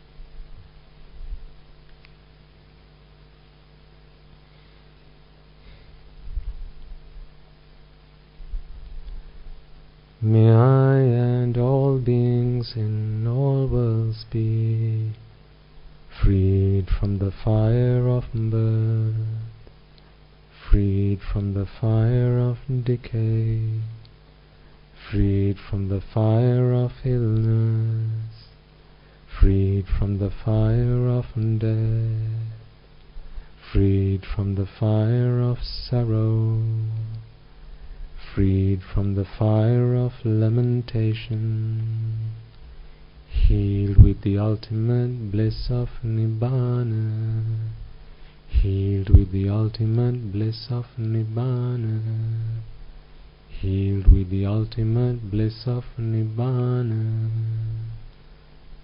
May I and all beings in all worlds be freed from the fire of suffering, freed from the fire of discontentment, freed from the fire of exhaustion, freed from the fire of disappointment, freed from the fire of clinging on to the five aggregates, healed with the ultimate bliss of Nibbana, healed with the ultimate bliss of Nibbana, healed with the ultimate bliss of Nibbana.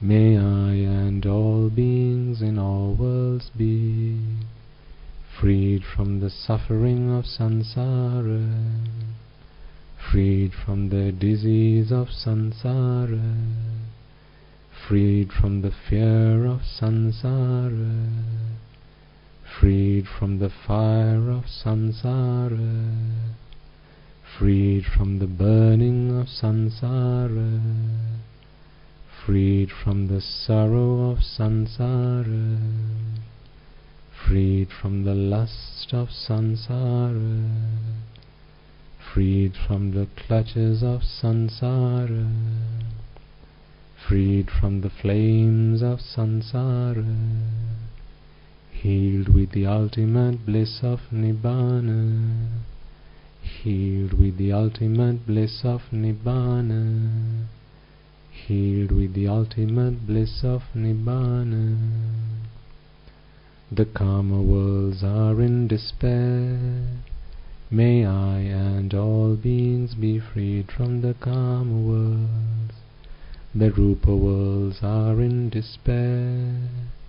May I and all beings be freed from the Rupa worlds. The Arupa worlds are in despair. May I and all beings be freed from the Arupa worlds. All worlds are in despair.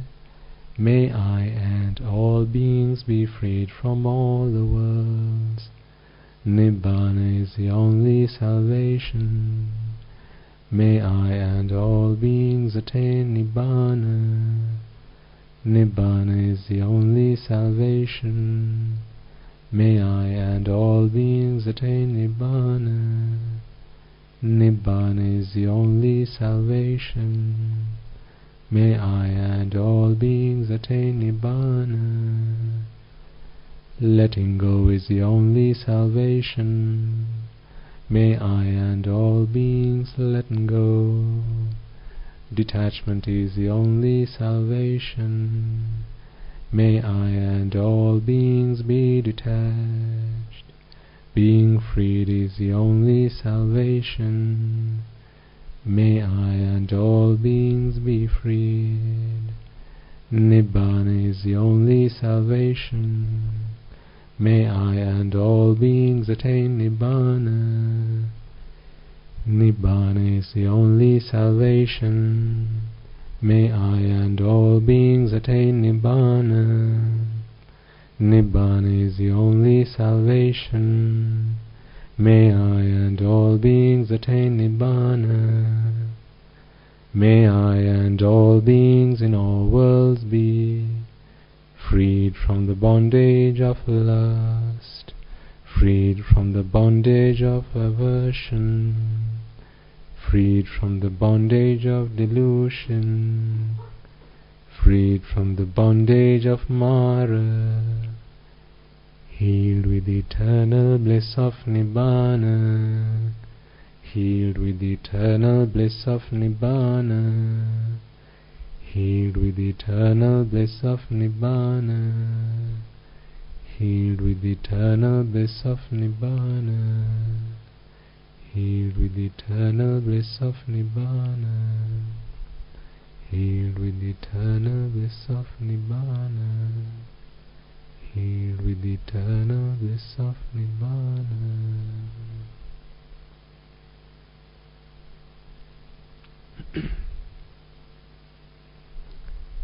I think a word of appreciation is due, and that is particularly to the young children who come along to these sermons. Because I know for some it can be difficult to understand. Sometimes we talk about some profound and deep concepts in Buddhist philosophy. Some of you may not have been listening to the sermons for a long time, and therefore it can sound a little bit foreign. But still, they make the effort and they pick up the courage to turn up, and that's what matters. Because I can only help if you're here. If you don't understand it, that's okay, because eventually you will. So I think parents, you're extremely fortunate that your children are willing to come along with you. Even if you had to twist an arm to begin with, at least the fact that they're here, I think, says a lot. They're very fortunate children.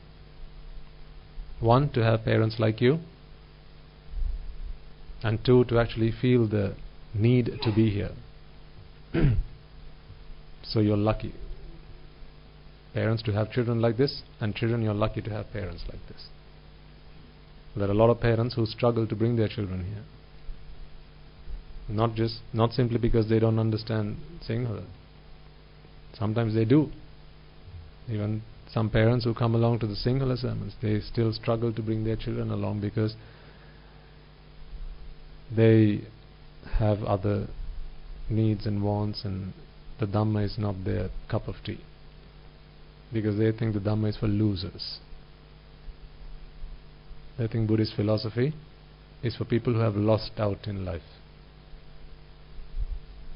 If only they realized, right? If only they could listen to what you listen to today, they will realize that actually it's only a loser who doesn't come here. because this is the path to becoming victorious. You can't deny that. This is the path to becoming victorious. Anyone who wants but doesn't have and goes about fixing the wrong problem is always a loser. They will never win. There's only one path to victory, and this is the path to victory. So well done, and hats off to the children who have come along today. There are some regular faces, and long may that continue, because you are receiving something your parents didn't when they were your age.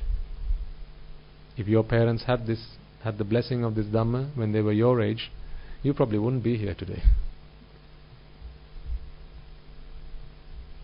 So you have something your parents didn't have at that time when they were your age, and you're so extremely fortunate.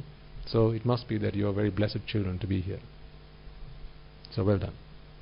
And also to the children who are listening to these sermons online, well done. Okay.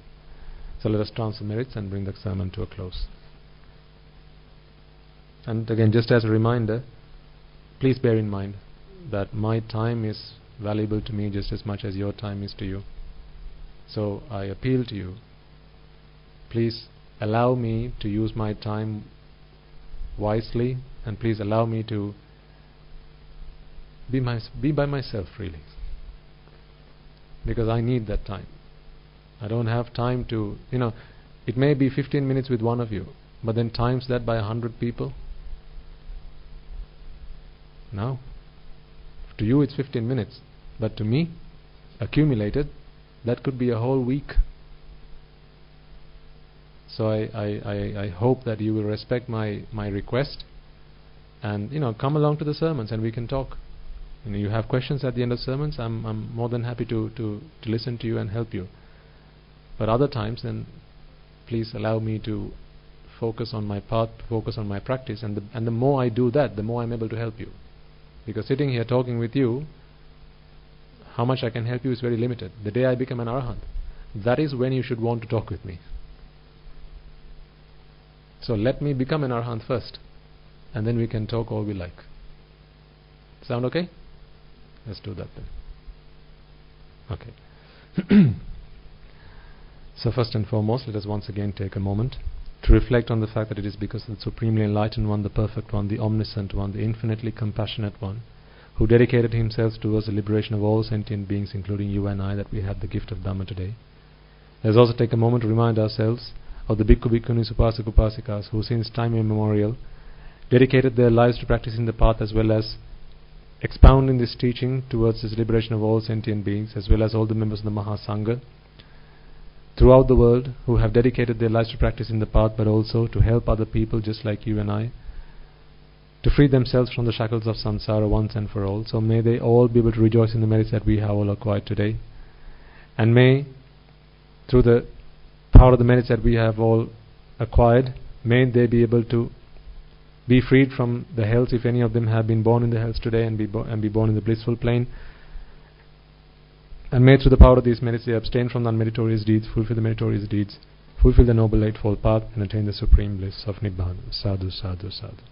Let us also take a moment to transfer merits to the Devas, Brahmas, spirits, demons, and the dead. Anyone and everyone who might have come into your lives at any point in samsara and helped you, assisted you, and shaped your lives for the better, supported you in any way, shape, or form, in whatever capacity, to become good people, to become great people. Mothers, fathers, brothers, sisters, uncles, aunts, nephews, nieces, grandparents, and so on and so forth. May they all be able to rejoice in the merits that we have all acquired today. If any of them have today been born in the woeful planes, may these merits help them to redeem themselves and be born in the blissful planes. And may through the power of these merits they abstain from the unmeritorious deeds, fulfill the meritorious deeds, fulfill the Noble Eightfold Path, and attain the supreme bliss of Nirvana. Sadhu, sadhu, sadhu. Let us also transfer merits to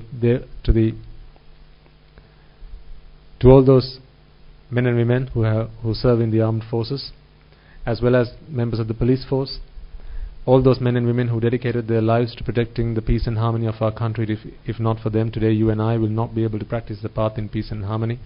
May they be able to rejoice in the merits that we have all acquired today, and fought for our country, fought for this nation over the 30-year-old long war in Sri Lanka.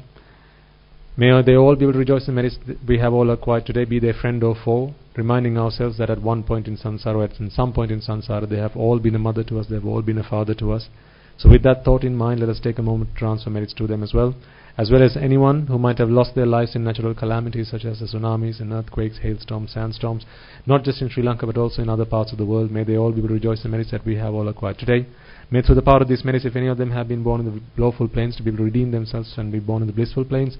And may through the power of these merits they abstain from the unmeritorious deeds, fulfill the meritorious deeds, fulfill the noble eightfold path, and attain the supreme bliss of Nibbana. Sadhu, sadhu, sadhu.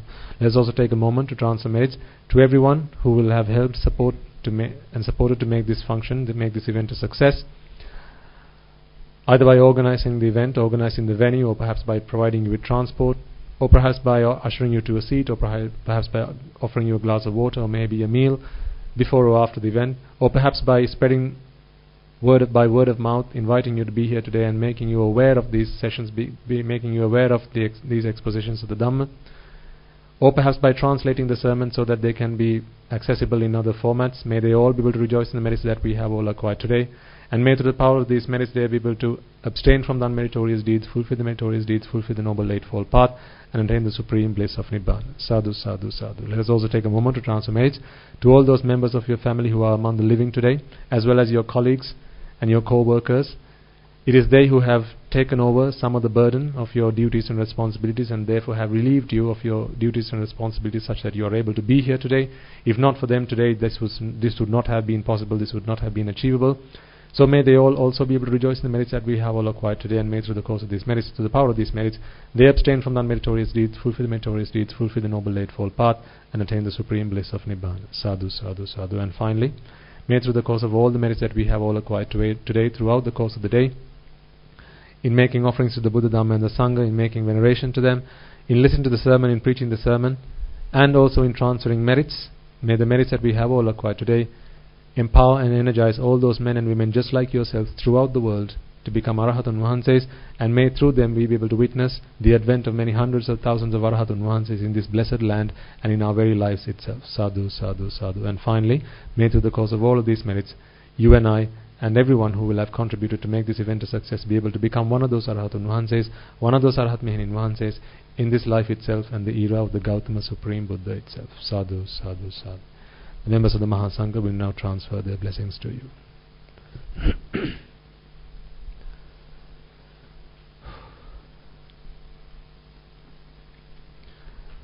Raga ginnen midatva, Dvesha ginnen midatva, Moha ginnen midatva, Nibbana parama sukhayen sukhita taravetva.